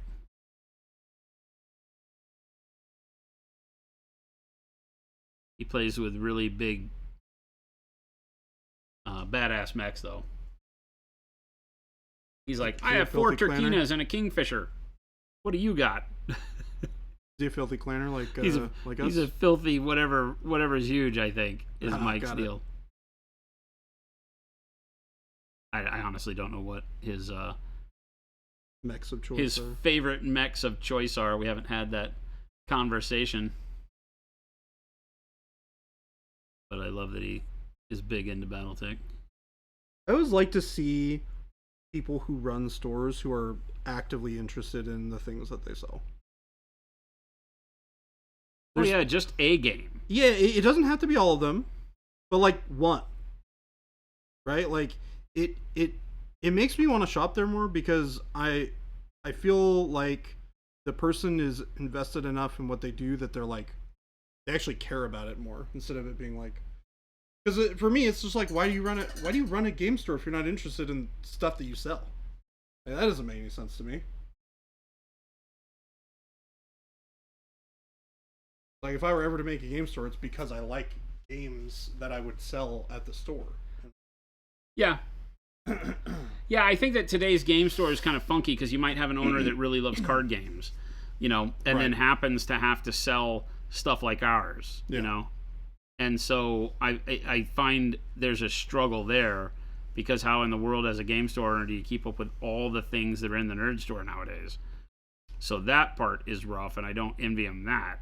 But yeah, I am right there with you. I love seeing, you know, an owner get, you know, like Mike gets really inspired, and he's every time I'm in there, if he's in there, he's playing a game with somebody, you know, because what a great way to fuel other people's interest in what you sell is by proving that you're interested in what you sell. Yeah, like you know, having an owner be able to walk up to me and be like, "Yo, you hyped about this new thing, blah blah blah blah blah blah blah that's coming out?"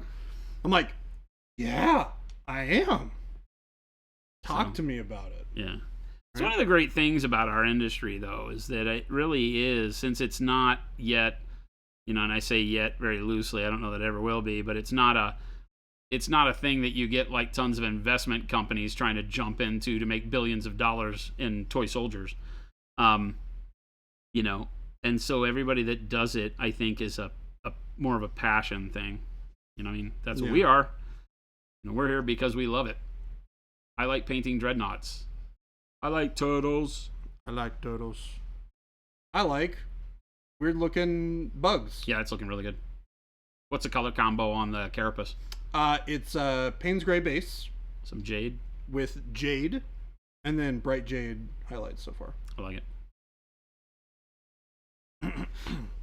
Hey Mo, have I shown you the penetrator? The penetrator? Man, we haven't done that joke in a while. Because they're not here on my desk anymore. All the models are in on my... Oh, they're here. No. They're just over there. They're all on my desk. Oh, they're on your desk now. The whole tray and everything is over on my desk. They've been moved. Yeah. I was having a hard time figuring out when I was playing Ruben on Friday. Oh, what you wanted to... Yeah, I played... we're in our campaign chat, and I had to figure out what my lance wanted to be, because the way we do it is that each of us gets our marching orders, our mercenary contract, right? And we have to figure out on our mercenary contract what we're doing, and then you have to play somebody else in the campaign, but you don't have to play if you're the one that they pick. Like, so Ruben had to play his mission, but I don't have to play as myself. You're basically picking somebody else that's in the campaign, and they get to play as an NPC. I'm gonna play versus Christmas. So you get to play. You get to try out new mechs and do other stuff. I'm rubbing a lot of paint off the front here. I gotta be careful. So I had to pull all the mechs into my office to try to figure out what I wanted to build as a lance against him. What did you end up running? I ran a Wolverine, a Centurion, a Locust, and a Raptor. So 2 lights, 2 mediums. And you beat the pants off him. I hurt him pretty good.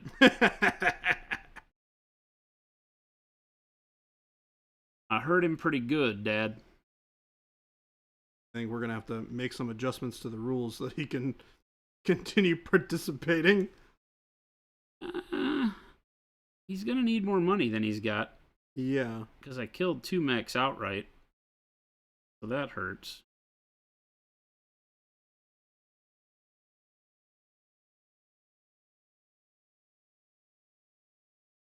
But yeah, he really, the only mistake he made was his utilization of initiative, in my opinion. He played a good game.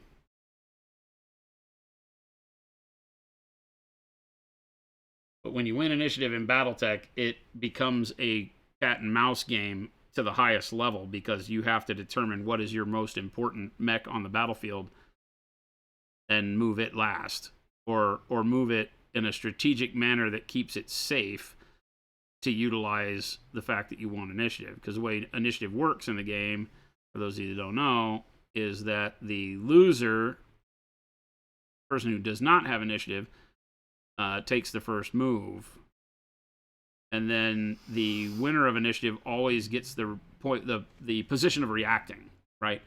So if I move a mech and you've won initiative, you get to react to my move, which is huge in strategic combat games. And but if you don't really pay attention to that, you could wind up with winning initiative and then moving your important mech, and then me being able to react to you moving your important mech. And that's kind of what... Oh, that's what happened? That's what he did. He moved his important mech that he really needed to have concentrating on being in the fight. And he'd move it early in his initiative, and then I would sneak a 8-12 light mech around back and shoot him in the butt. Because I legit blew 2 of his mechs up simply by running around behind and coring him CT in the rear. Ooh.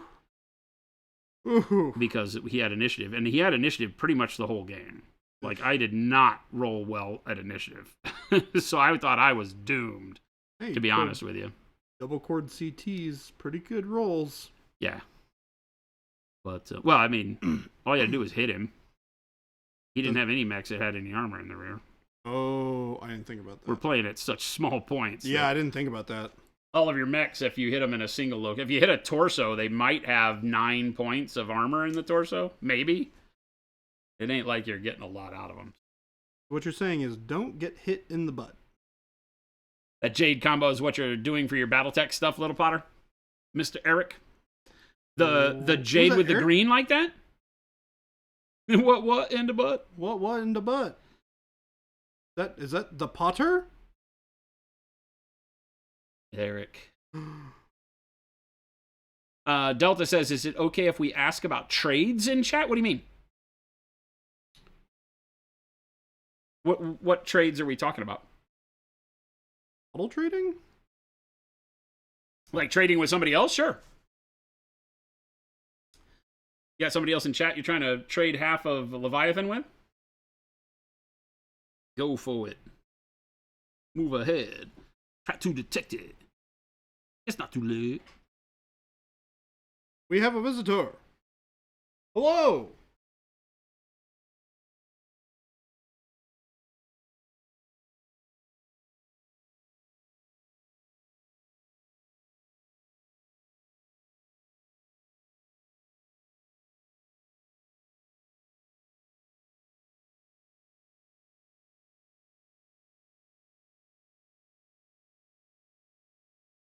Okay. There, I just did it. Oh, he just did it. And I just followed suit.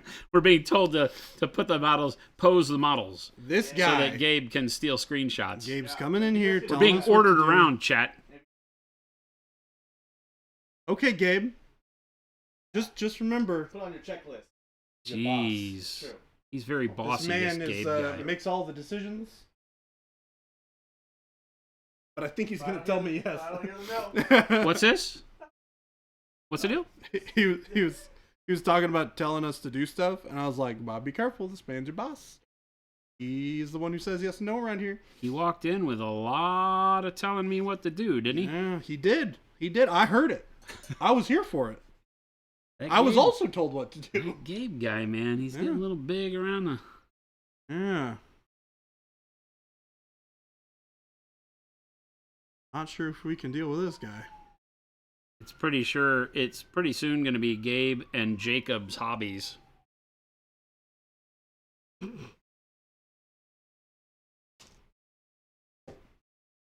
old Jacob. So you're ordering yourself around? No, that was Gabe. Jabe. Gabe. Jabriel.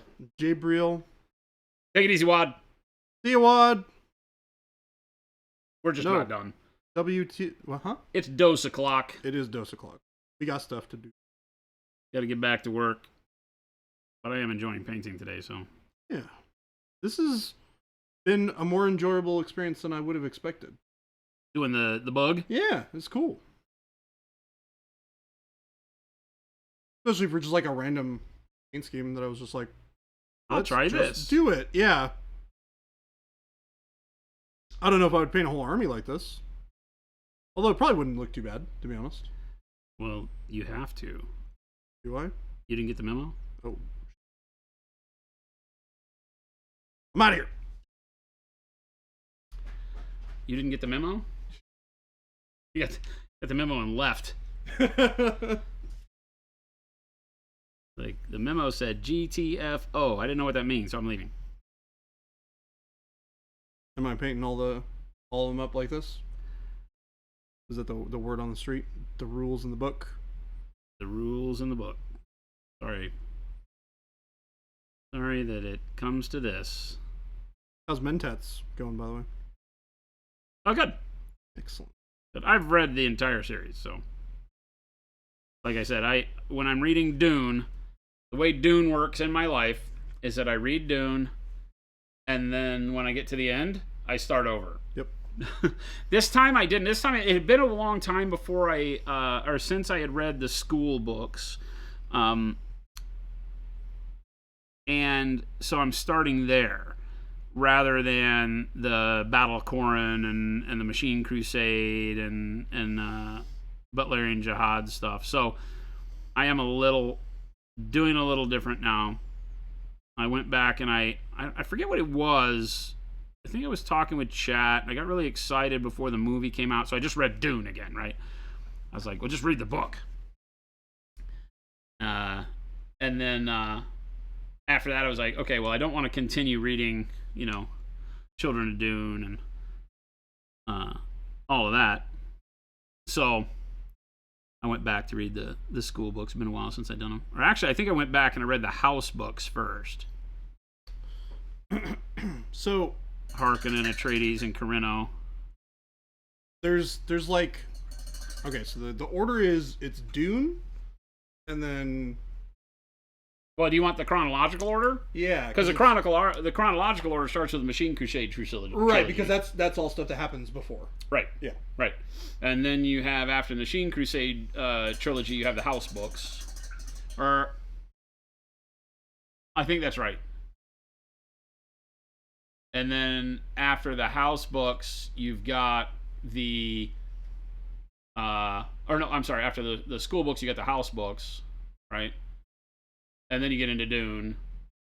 And then you've got Children is next. and then there's a book in the middle though. There's a book that comes before God Emperor or whatever it is. That's Children, right? No. There's a book by Kevin J. Anderson and the Son. Oh, okay, got it. Right. Bert, what's going on, man? Bert, thank you for the sub. Here, we'll do this. Look it up. We'll look it up because the way that they fit together to make up for the time gaps from his father always throws me off. So let's go Dune. Because I thought the second Dune book happened chronological right order. after the first one. Dune chronological order. Right. So you have Oh, there it is. Yeah, so it's Messiah, and then it's the one after. yeah, it's Dune Messiah, Children of Dune, God Emperor. But you got to find one that has all the new books in it. Is the problem? There was one in between Messiah. See, it's not. No, so go back really quick. It's not doing them here though, because that's not true, right? Because House Atreides, Harkonnen, and Corino. See, this is that's in order of release. Yeah. Chronological order. Butlerian Jihad, Machine Crusade, and Battle of Corin are the trilogy for the Machine Crusade and all the beginning of the world. Then it is the school books, which is Sisterhood, Mentats, Navigators. Then it's the house books. And then it's Duke of Caladan, Lady of Caladan, Heir of Caladan. But those are short stories, and I don't find. I mean, I might have to go back and read them again. I didn't find that they really made a difference.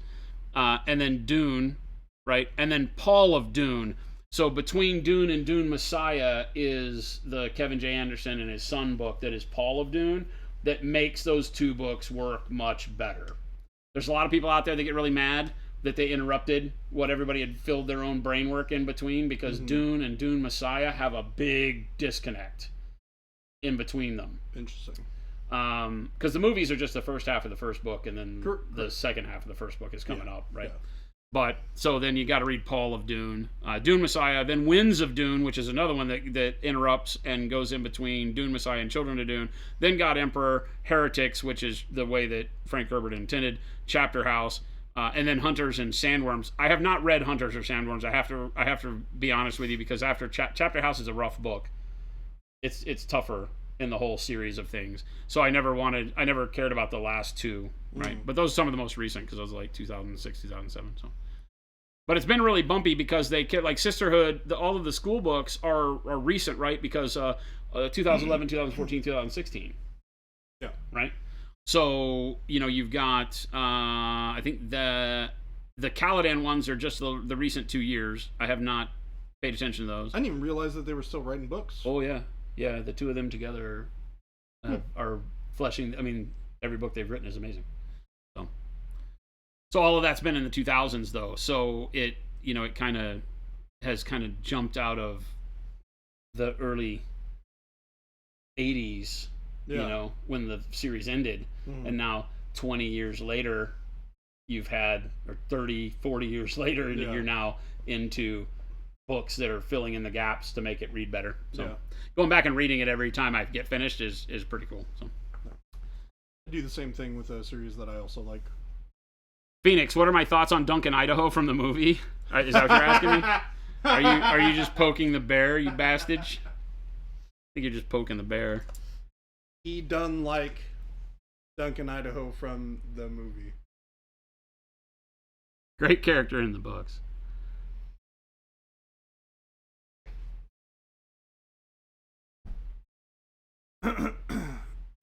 And in the house books, you get a really good look into Duncan's whole situation of when he gets brought into House Atreides and all that. So, great character.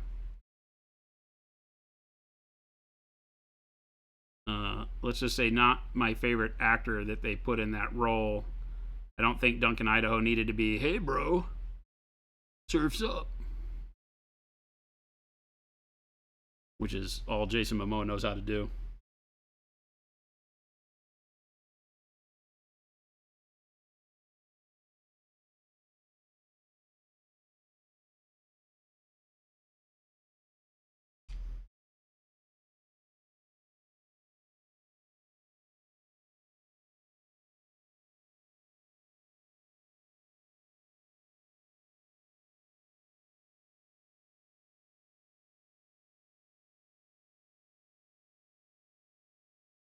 The house books are some of the best books. Although they're all good.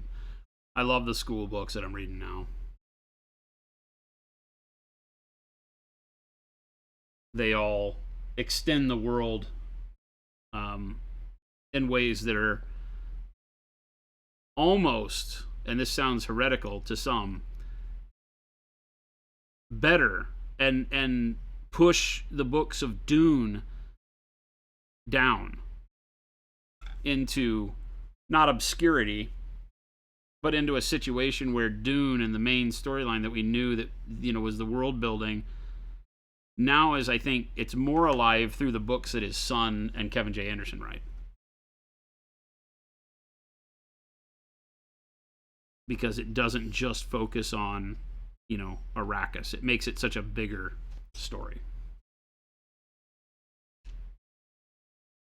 Yeah, because all the Herbert stuff is like just Arrakis for the most part. I mean, it's the way all that relates to the Empire, so to speak. But yeah. Yeah.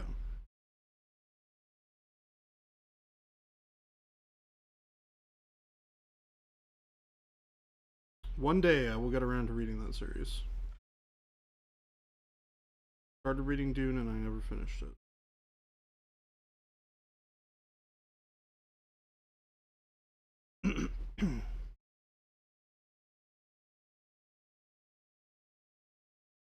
got to the part where they were wandering around the desert and Ferk, the sword dancer, the water dancer, right? From Game of Thrones is what a Duncan, Idaho should have been. Yeah. Dancer? Game of Thrones? I don't know that refined because he was an outcast and he did have a hard edge to him and he was they sent him to the swordmaster school and Master Atreides loved him more than his son? Question mark. I don't know. That's always been one up for debate, right? But and it changed. And if you read the House books, House Atreides, Harkonnen, Carino, the story of Duncan, Idaho is fantastic. But Jason Momoa could have never pulled that off. I don't think.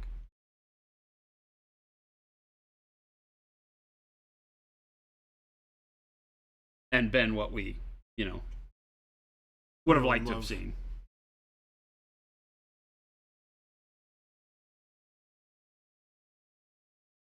But then again, he wasn't really in Dune for very much and for very long. So a lot of what I like about Duncan, Idaho doesn't happen in that book. Right? He was a bit character in Dune.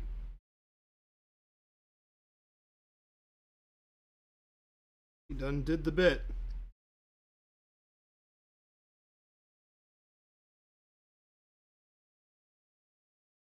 Which again is why I really like the fact that these other books have really told the rest of the story. They've given life to those characters that you really enjoyed, that had a reason for being, and you wanted to have them have a bigger reason. But the story pacing in Dune is so dramatically fast.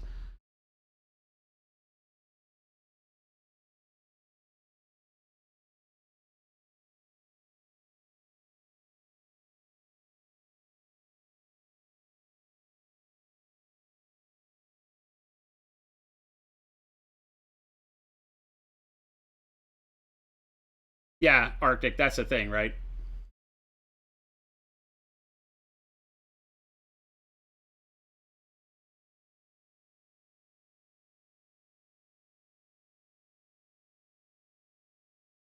Dune was inspired by an article about how to keep sand off of interstate highways.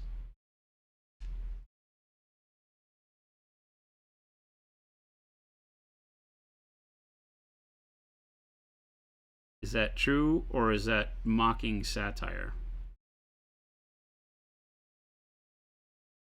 Frank Herbert reading an article about the problem of sand on the freeways.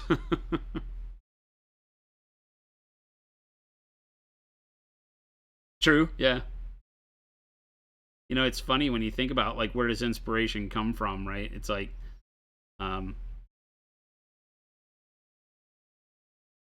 seeing something in reality that's causing a problem. It's how did it get that way? Oh, well, let me tell you. So see robots. So see Erasmus drops Serena Butler's kid off a building and sparks a revolt. I think it was Erasmus that did it.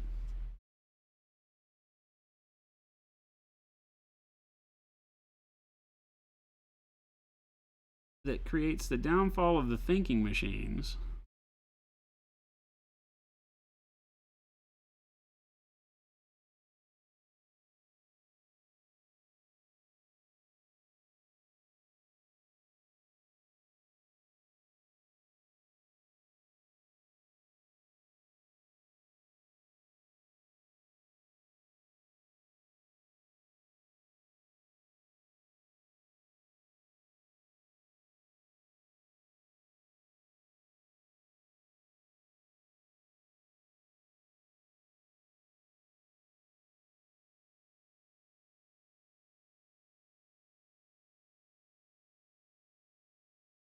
How they made organic thinking machines?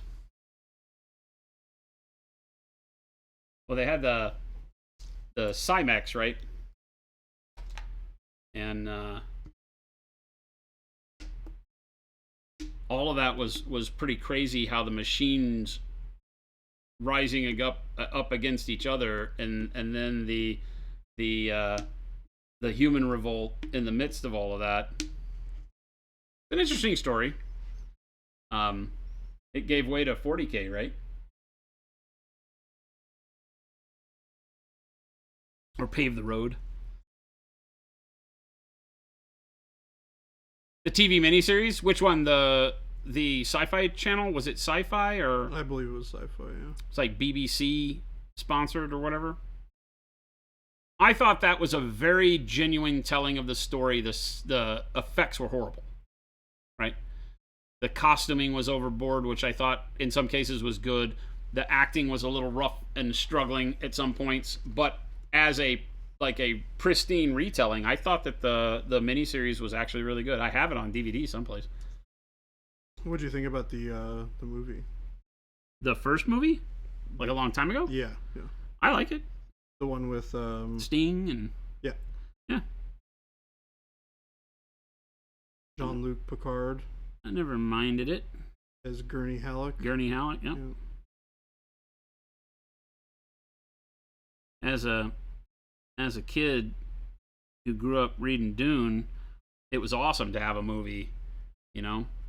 I was confuzzled by the weirding modules and stuff that they did with it, but I felt like none of that affected the ability for the story to be told, you know. So in one way, that's kind of like my first introduction to that feeling of, you know, wow, they really screwed that up, but did they? You know, just because it was dissimilar to what you knew, did it make it bad? Because I think the story was still good. Yeah. I really like the Box and Gom Jabbar scene with Paul in that movie with the flesh burning off his hand. That will forever be ingrained on me as what that should look like. Even though the effects probably weren't good looking back, it's just the way I think of that being, and I was let down when it was done. So, you know, put your hand in the box, and he just made grimacing faces in the new one, you know. I mean, that is what is happening. There are no flames. He is just sticking his hand in a box.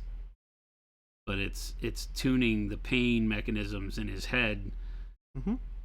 And so I really like the visual that it created in the first one, that, you know, yeah, there is no flame. There is no skin melting off of your flesh, but that's what you're experiencing. Yeah. And that just always became out of that movie for me the deal.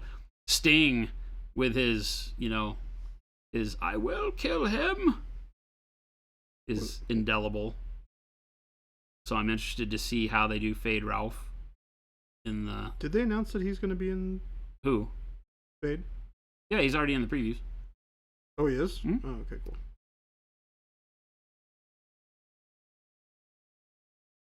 I don't think they name him in the preview, but we know that's who that is. Oh, okay. Yeah, I thought it was weird that he didn't show up in the first movie. He doesn't. Oh, he doesn't in the story? I mean, there might be like a bit part where they're on Harkonnen Homeworld. There's some, if I remember right, there's some... there is actually. He's talking to Baron Harkonnen for a minute, like pretty early. Very brief. Yeah, very brief. That is a part of the story that I remember reading.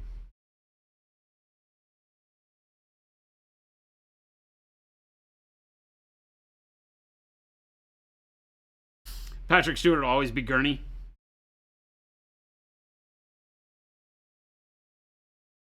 The TV series has always been your go-to to watch. It's very true to the story and the way they try to tell it. It's just a shame that, you know, it's TV with no budget.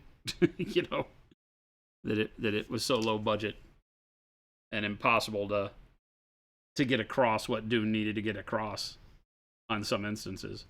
The ornithopters and stuff were really hokey. I really dug the ornithopters in the new one. Oh yeah. I I thought it was great. Super cool. yeah, they had an impact. So same with the spice harvesters and Yeah. everything. I thought the shuttle or whatever for the navigators that came down was a little too weird, like bubbly 1950s sci-fi looking, but I'm okay with that. Yeah. It's it's just those types of visual cues don't really bug me too much. You get over it. Doesn't matter. I thought the navigator entourage was very interesting in the new one. I like that better than the huge slug Oh yeah. from the old one. Although they do deform in the containers into that type of a thing. I thought the fish lips moving part was a little funky.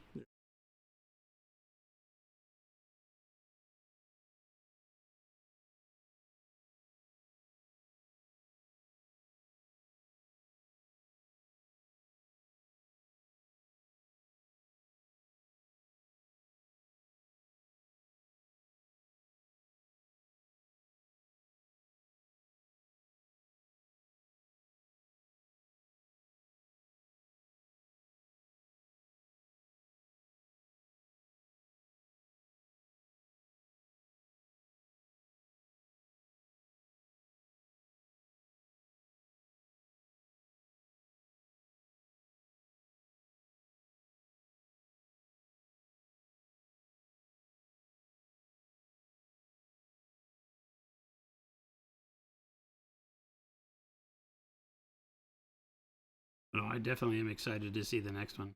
As we were just talking about going to the theater and stuff, and that's probably when I'll go to the theater again. Do we know when is it supposed to come out? September, I think. Oh, that's soon.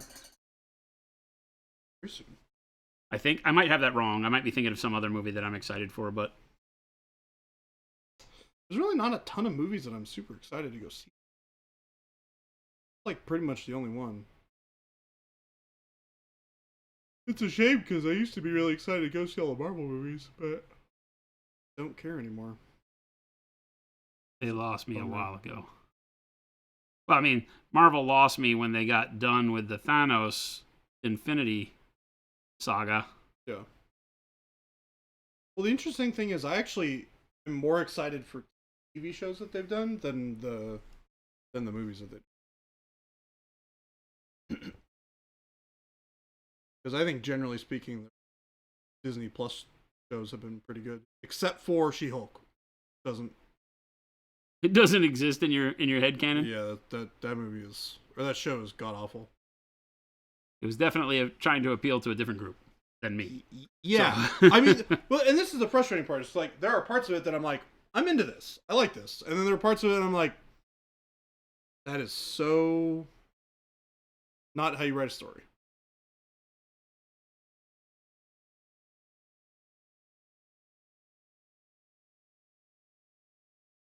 Phoenix Mercer. I wonder what Paul and Lita II felt when they learned who they were and who they weren't, and who was who they thought they were. What? He's getting into. I'm not gonna get that. He's getting into the obscurities of the scenario as it goes through into Paul's children and. Oh, yeah, I know a little bit about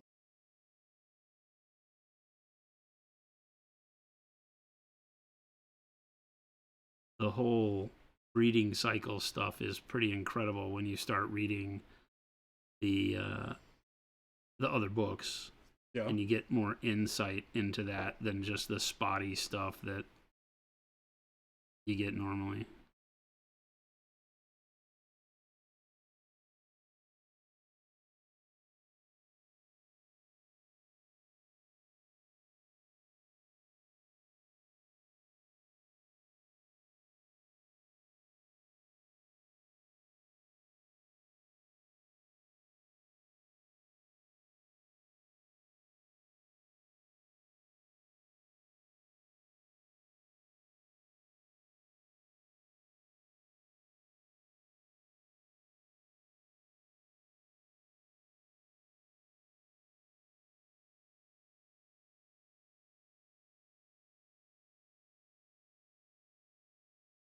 part where you got to be careful in how much shine you do, because I'm doing more than I want, because we'll go back in with the wash and it'll knock it all back. So you have to do it brighter than you want it, because the wash will always darken it up some.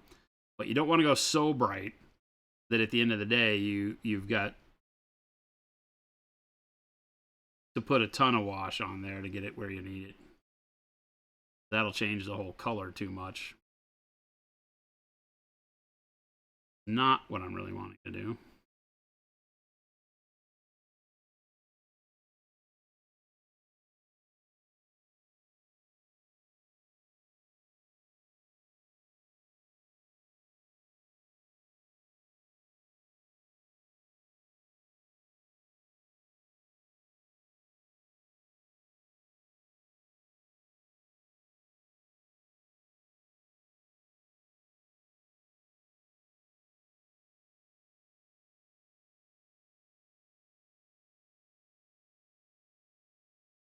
I think once I get bored of books that I'm reading, I might dig into Dune. It's worth doing. Yeah. I would 100%. It's tough for me because a lot of people are like, where should I start? And I'm always like, you should start with the Machine Crusade. Read them in chronological order. It's the only way the whole series makes sense now. But that's me speaking with my own experience. I read Dune first, obviously, because the other books didn't exist. So there is a part of that that's, intrinsic to how I experience the books. But in my current state, I would not start with Dune. Yeah. I would start with the Butlerian Jihad stuff, the Machine Crusade, and Butlerian Jihad and Battle Corrin, because you will, through that and through the house books and through everything else, get a feel for it. But like I said, it also, I think, reduces some of the impact. I don't know if that's a fair statement. Of the core books. Like not by a ton, but they feel like they have a little bit less impact because you kind of know what's coming. Well, no, you don't know anything about what's coming. The books don't give anything away. They set the stage for why Arrakis is important, right? It doesn't just drop you into this story that then tells you through a little bit of backtracking, why this is such a big thing. Everybody's addicted to spice, yada, yada, yada. It sets all that up from the beginning. It sets up how the Navigators became to be in a time when space travel was very, very scary. Yeah. So much so that the royal family, the emperor, never wanted to fly through space, and was a complete wuss.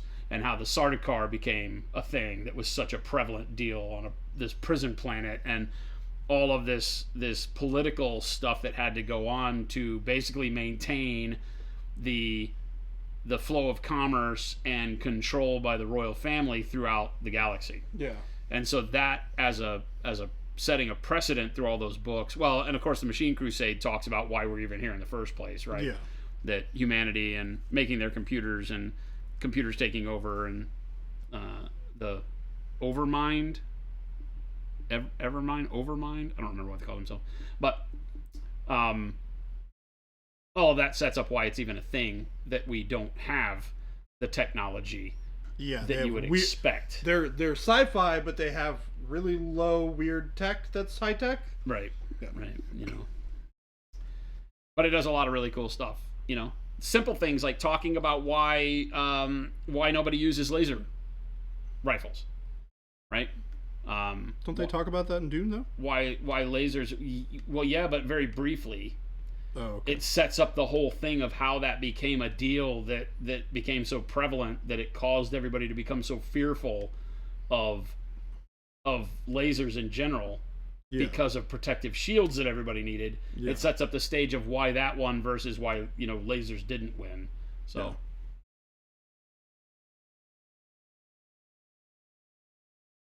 lots of cool stuff. Lots of cool stuff. Yeah, it's a good set of stories.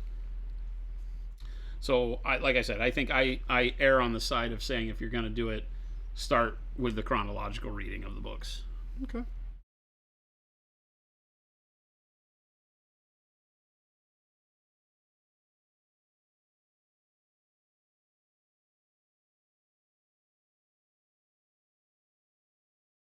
But then there's the other part of me that says start with Dune because that's the real story, That's right? the story, yeah. You know, that's the story you're after. That's the meat and potatoes you're after in this whole journey. I was just thinking about that. I was like, that's interesting because like Dune is the story that this is all about, right?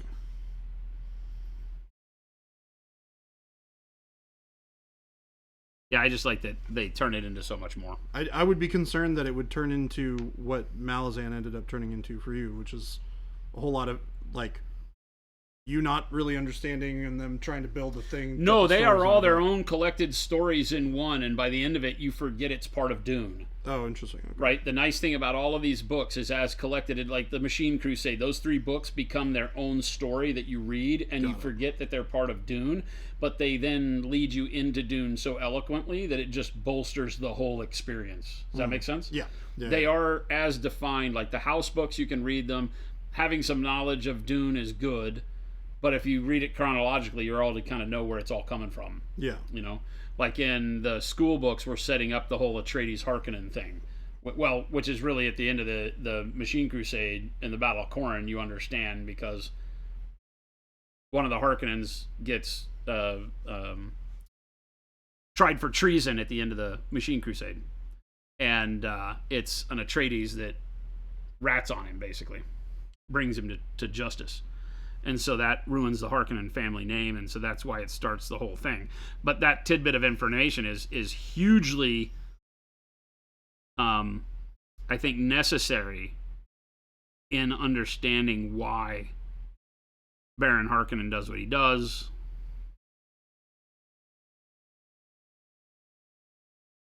Because none of that, when I was a kid, really made as much sense as I wanted it to.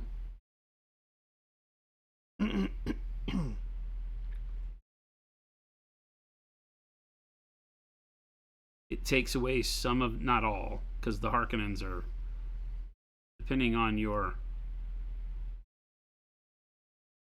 they are very questionable morality. Let's just put it that way. You know, but it does put a little bit more gravity towards why. Yeah. OnePlus saves you're trying to come up with a Necron scheme, but you're impossibly bad at color theory and you don't have years of experience to pull from. Could you hit me with a couple metals texts that you suggest? I mean, do you have an idea of what you would like them to be? Yeah, that would help us get you a starting point at least. Are you wanting to do like silver Necrons? You want to do bronzy Necrons? I think that just if you said, hey, Fuse, you're going to paint Necrons, what are you going to do with them? That I think I would be of a mind to say doing a very deep bronzy base and then dry brushing the silver over the top like we do on the rusty stuff that we've shown you so many times. It's what happens here, right? It's the arm of that giant that we did, or that shield is a really good way to show it. Right. This is done with rust colors, burnt orange and yellow and things like that to make it look like rusty steel. But you can do the same thing with bronze metallic and then dry brush the dark silver over the bronze and then edge it with silver. And you get the same type of look. It won't be quite as warm in the shadows. This would look great on Necrons. And this is literally just dry brushing, or basically starting them off with a black primer. And then burnt sienna, burnt orange, yellow ochre, just messily dry brushed all over the whole model, so it just looks like a rusty patchwork. And then dry brushing dark silver, and then in this case dry brushing silver over the top of that, and you get a really, really good rusty metal, and you get it super, super quick, right? Like you could paint your entire army and get them to this level in hours, legit, no lie. That's probably a good option. This is how I did all the undercarriage for all my Adeptus Titanicus Knights and Titans. It's how I do metal on just about everything that I'm doing where I want to get armies on the table quick but not sacrifice how it looks, right? This is another shot of that, right? So doing it on the Lord of the Rings Trolls, same exact method. This metal went together in 15 minutes, 20 minutes tops. That looks so good. Right? And you can still then do aggressive brushwork and more detailed painting around it and not feel bad that you did the dry brush technique, because it gives it such a really good beat up metal look that it sits in well with like display painting, because you're using that texture that dry brush gives to really reach in and make the metal look the way you want it to, which is the way metal looks, right? So it's just beat up metal. So this would be a great way. And you can change those colors underneath to whatever you want, right? I mean, you legit can. Like on these guys, when we did our kind of dirty penny custodes, we did the same thing, but we painted it with jade and turquoise underneath, and then dry brushed the bronze and the gold over the top of the turquoise, and you get a really, like I said, dirty copper penny style look, right? So that works really well. And you can do it with any color you want. But the method is the same. It's just whatever colors you put together can look amazing. We did blue on one. Do I have that guy? I got that guy. We did this one that's really crazy, which is just blue, dark blue, and sky blue. And then again, dry brushing the silver over it. So it gives it that weird blue glow in the recesses. So you could do something like that. Looks a lot cleaner when you do that because you don't have those rusty tones. But again, this is the exact same method of painting that this is. I went heavier with the silver here because I wanted it to look a little cleaner. So this is lighter with the silver metallic, so more of the rusty stuff shows through. But you get a feel for how they're both applied the same way. This was just starting with blues, dark blue at the bottom, blue, and then sky blue dry brushed on it, and then the silver dry brushed over that. And it just gives you kind of a neat blue shadow. Just a unique way to use colors. So.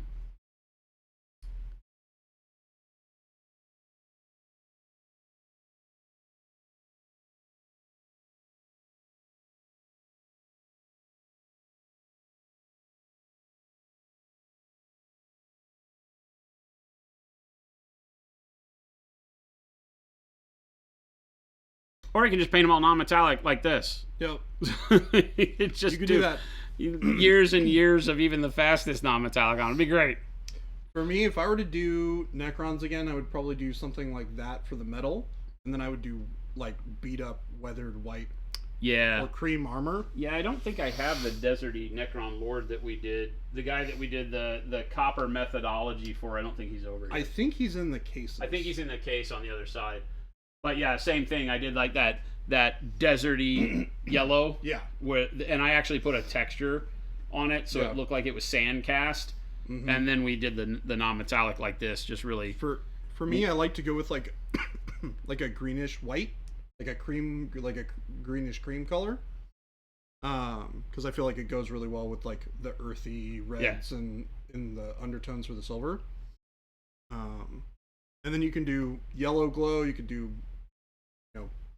blue glow if you really want to go crazy with it. Or red. I like red glow with it personally. Man, that's making me really want to do Necrons again. Yeah, 1+ saves. Black primer, then burnt sienna and burnt orange. I think there's a video up on YouTube that describes the process, because I use our round dry brushes, and you take these, and probably, like the 2, right? Or this is a DA3. So the DA3 or the DA2 with a bigger head on it, and take the model, right? And when you've got it in black, then you just take burnt sienna and you just smack burnt sienna all over it. Just stippling burnt sienna all over the model. Then you get burnt orange and do it up towards the higher spots. And then you get some yellow and you just do yellow very lightly. So like I said, at the end of the day, it looks like you vomited out those 3 colors on the model. It looks horrible. You don't want the paint to get real heavy on there. You want wet paint on the brush, but not tons of it. Right? You don't want it to be like a dry brush, meaning that, you're hitting it and getting specks. You hit it and you want big blotches of color, but you don't want so much that like paint builds up in the recesses. So a little bit of getting used to that. You can dampen your brush and then just kind of smush it on there, right? It's like avant-garde art. You're just making this crazy modern art thing. And at the end of it, it looks horrible. Then when you do your first pass of dark silver or whatever metallic over the top of it, it just lights up. It's just like, oh my God, this is amazing. And that's what makes it so fast and easy. I've done, pretty much all of the models that I'm doing have been done that way. We dry brush these guys, and I think I put purple and jade on these guys, so there's little bits of jade highlights and stuff. I did these guys for Song of Ice and Fire the exact same way, right?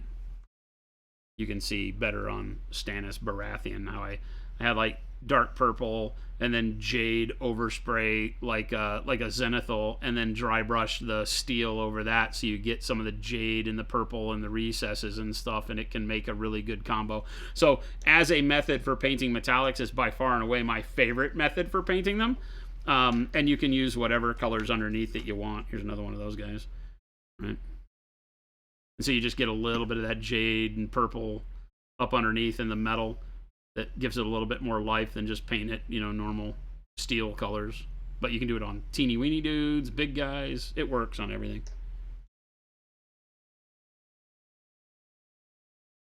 Yeah, OnePlus, same thing I do for my orc. You're like, anytime you see me using metallics, it's pretty much what I'm doing, right? My orcs were the same way. The orcs that I did, these guys, I used bronze paint. So I did the bronze metallic and then the metal over the top, as opposed to using a opaque paint. This is bronze metallic, dark silver, and silver dry brushed over the bronze, and then a wash of like transparent brown, I think it was, over the top to give it that kind of oily metallic.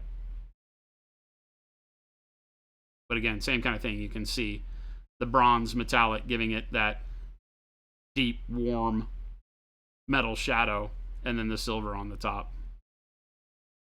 So whether you mix metallics to get the effect, or you want to use opaque paints underneath the metallics, either is valuable and fine. They both work.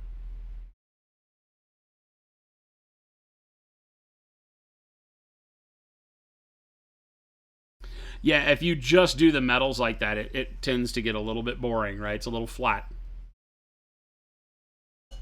But yeah, I did the lettuce orc guy. Yeah, my leader on his cabbage. He's done the same. They're all done the same way. I do the same thing for all of them. Any of my fantasy metals where I want steel, I do it with that rusted bottom. But like I said, I did it for all the Adeptus Titanicus. I don't have any of the Titans over here, but I did it for all the Adeptus Titanicus stuff for that same reason. And it works great. I don't think I have any other color examples. I've been doing mostly non-metallic.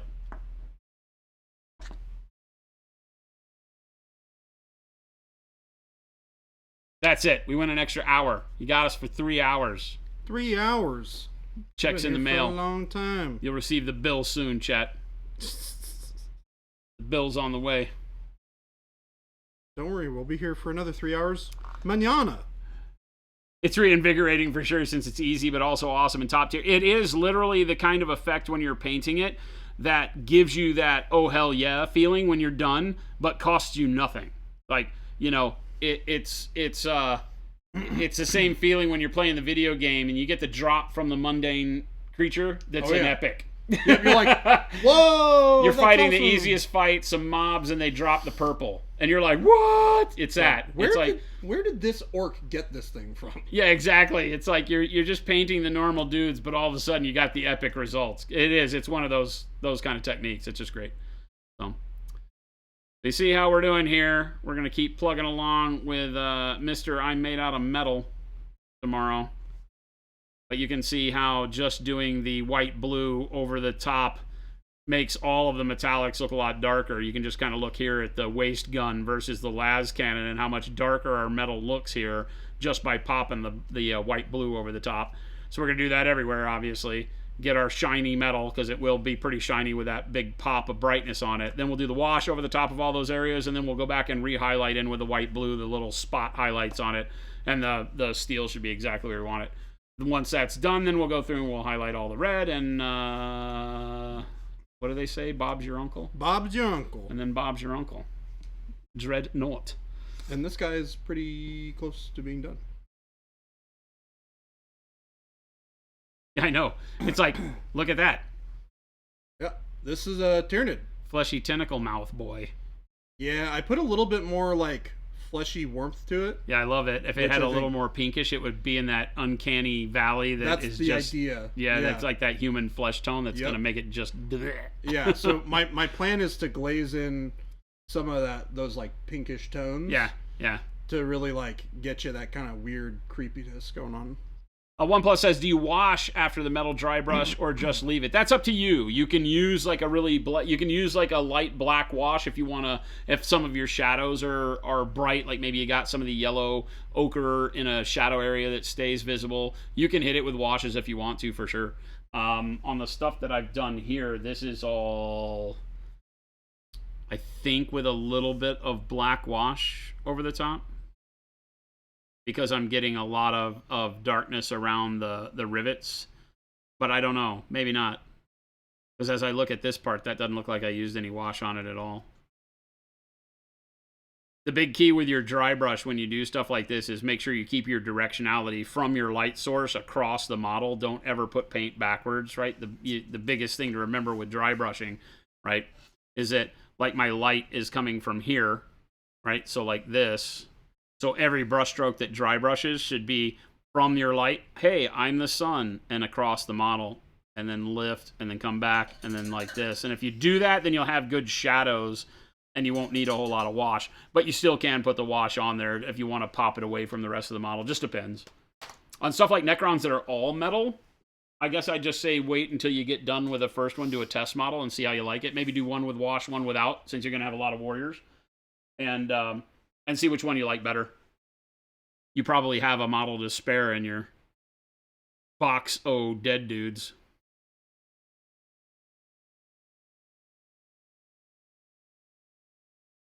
Yeah, you could just wash the joints. Yep. So, I stand corrected on my previous statement. What's that? I could paint an army like this. I think it looks really good. Yeah. Yeah, I think it looks really good on the table. That just because the jade, believe it or not, pulls all the green out of the skin, Yeah. and makes it just look sickly, Yep. as opposed to being all green and monotone. Right. So great job on that. It looks really good. I like it. Like I said, a little bit more pink on the tentacles, and I think you got it. That is the goal. What are the blades on the arms going to be? I don't know. I don't know what I want to do with those. That's always the toughest thing with those guys. Yeah. Because they have, like, Titan ridges Yeah. on them. So it's like, do I just paint them like the kite? Oh. I'll figure it out. That's a tomorrow problem, chat. That's a future Jordan problem. Yep. That is a tomorrow problem. You have like 40 extra warriors. Yeah, well then you wash one and see how you like it versus not one. All right, gang. Thanks so much for hanging out with us. I hope you enjoyed the show today. Watch some paint dry, and hopefully you had a wonderful weekend to go along with it. We'll be back again tomorrow. Remember, if you're new here, hit that follow button. We stream 5 days a week. So Monday, Wednesday, Friday, like today, we do the noon to 2 or 3, like today thing, for our hobby lunch. And then Tuesdays and Thursdays, we start at that later slot at 2 p.m. and go till 5. Yep. So you get us for 3 hours guaranteed tomorrow. Don't forget to check out the store. Jen's putting down all the links there. You got all it. the paints that we used here today, you can find on that link. Don't forget to join the Discord as well. Join all of us on there, chatting it up, talking about awesome paint jobs and cool things. Fart jokes. Fart jokes. Many, many fart jokes. We really don't ever tell fart jokes on there, but we probably scare a lot of people away from the Discord by telling them there's fart jokes. They keep on joining. I know. So, Well, but we're losing them because they think there's actually fart jokes. We got to tell a fart joke now. okay.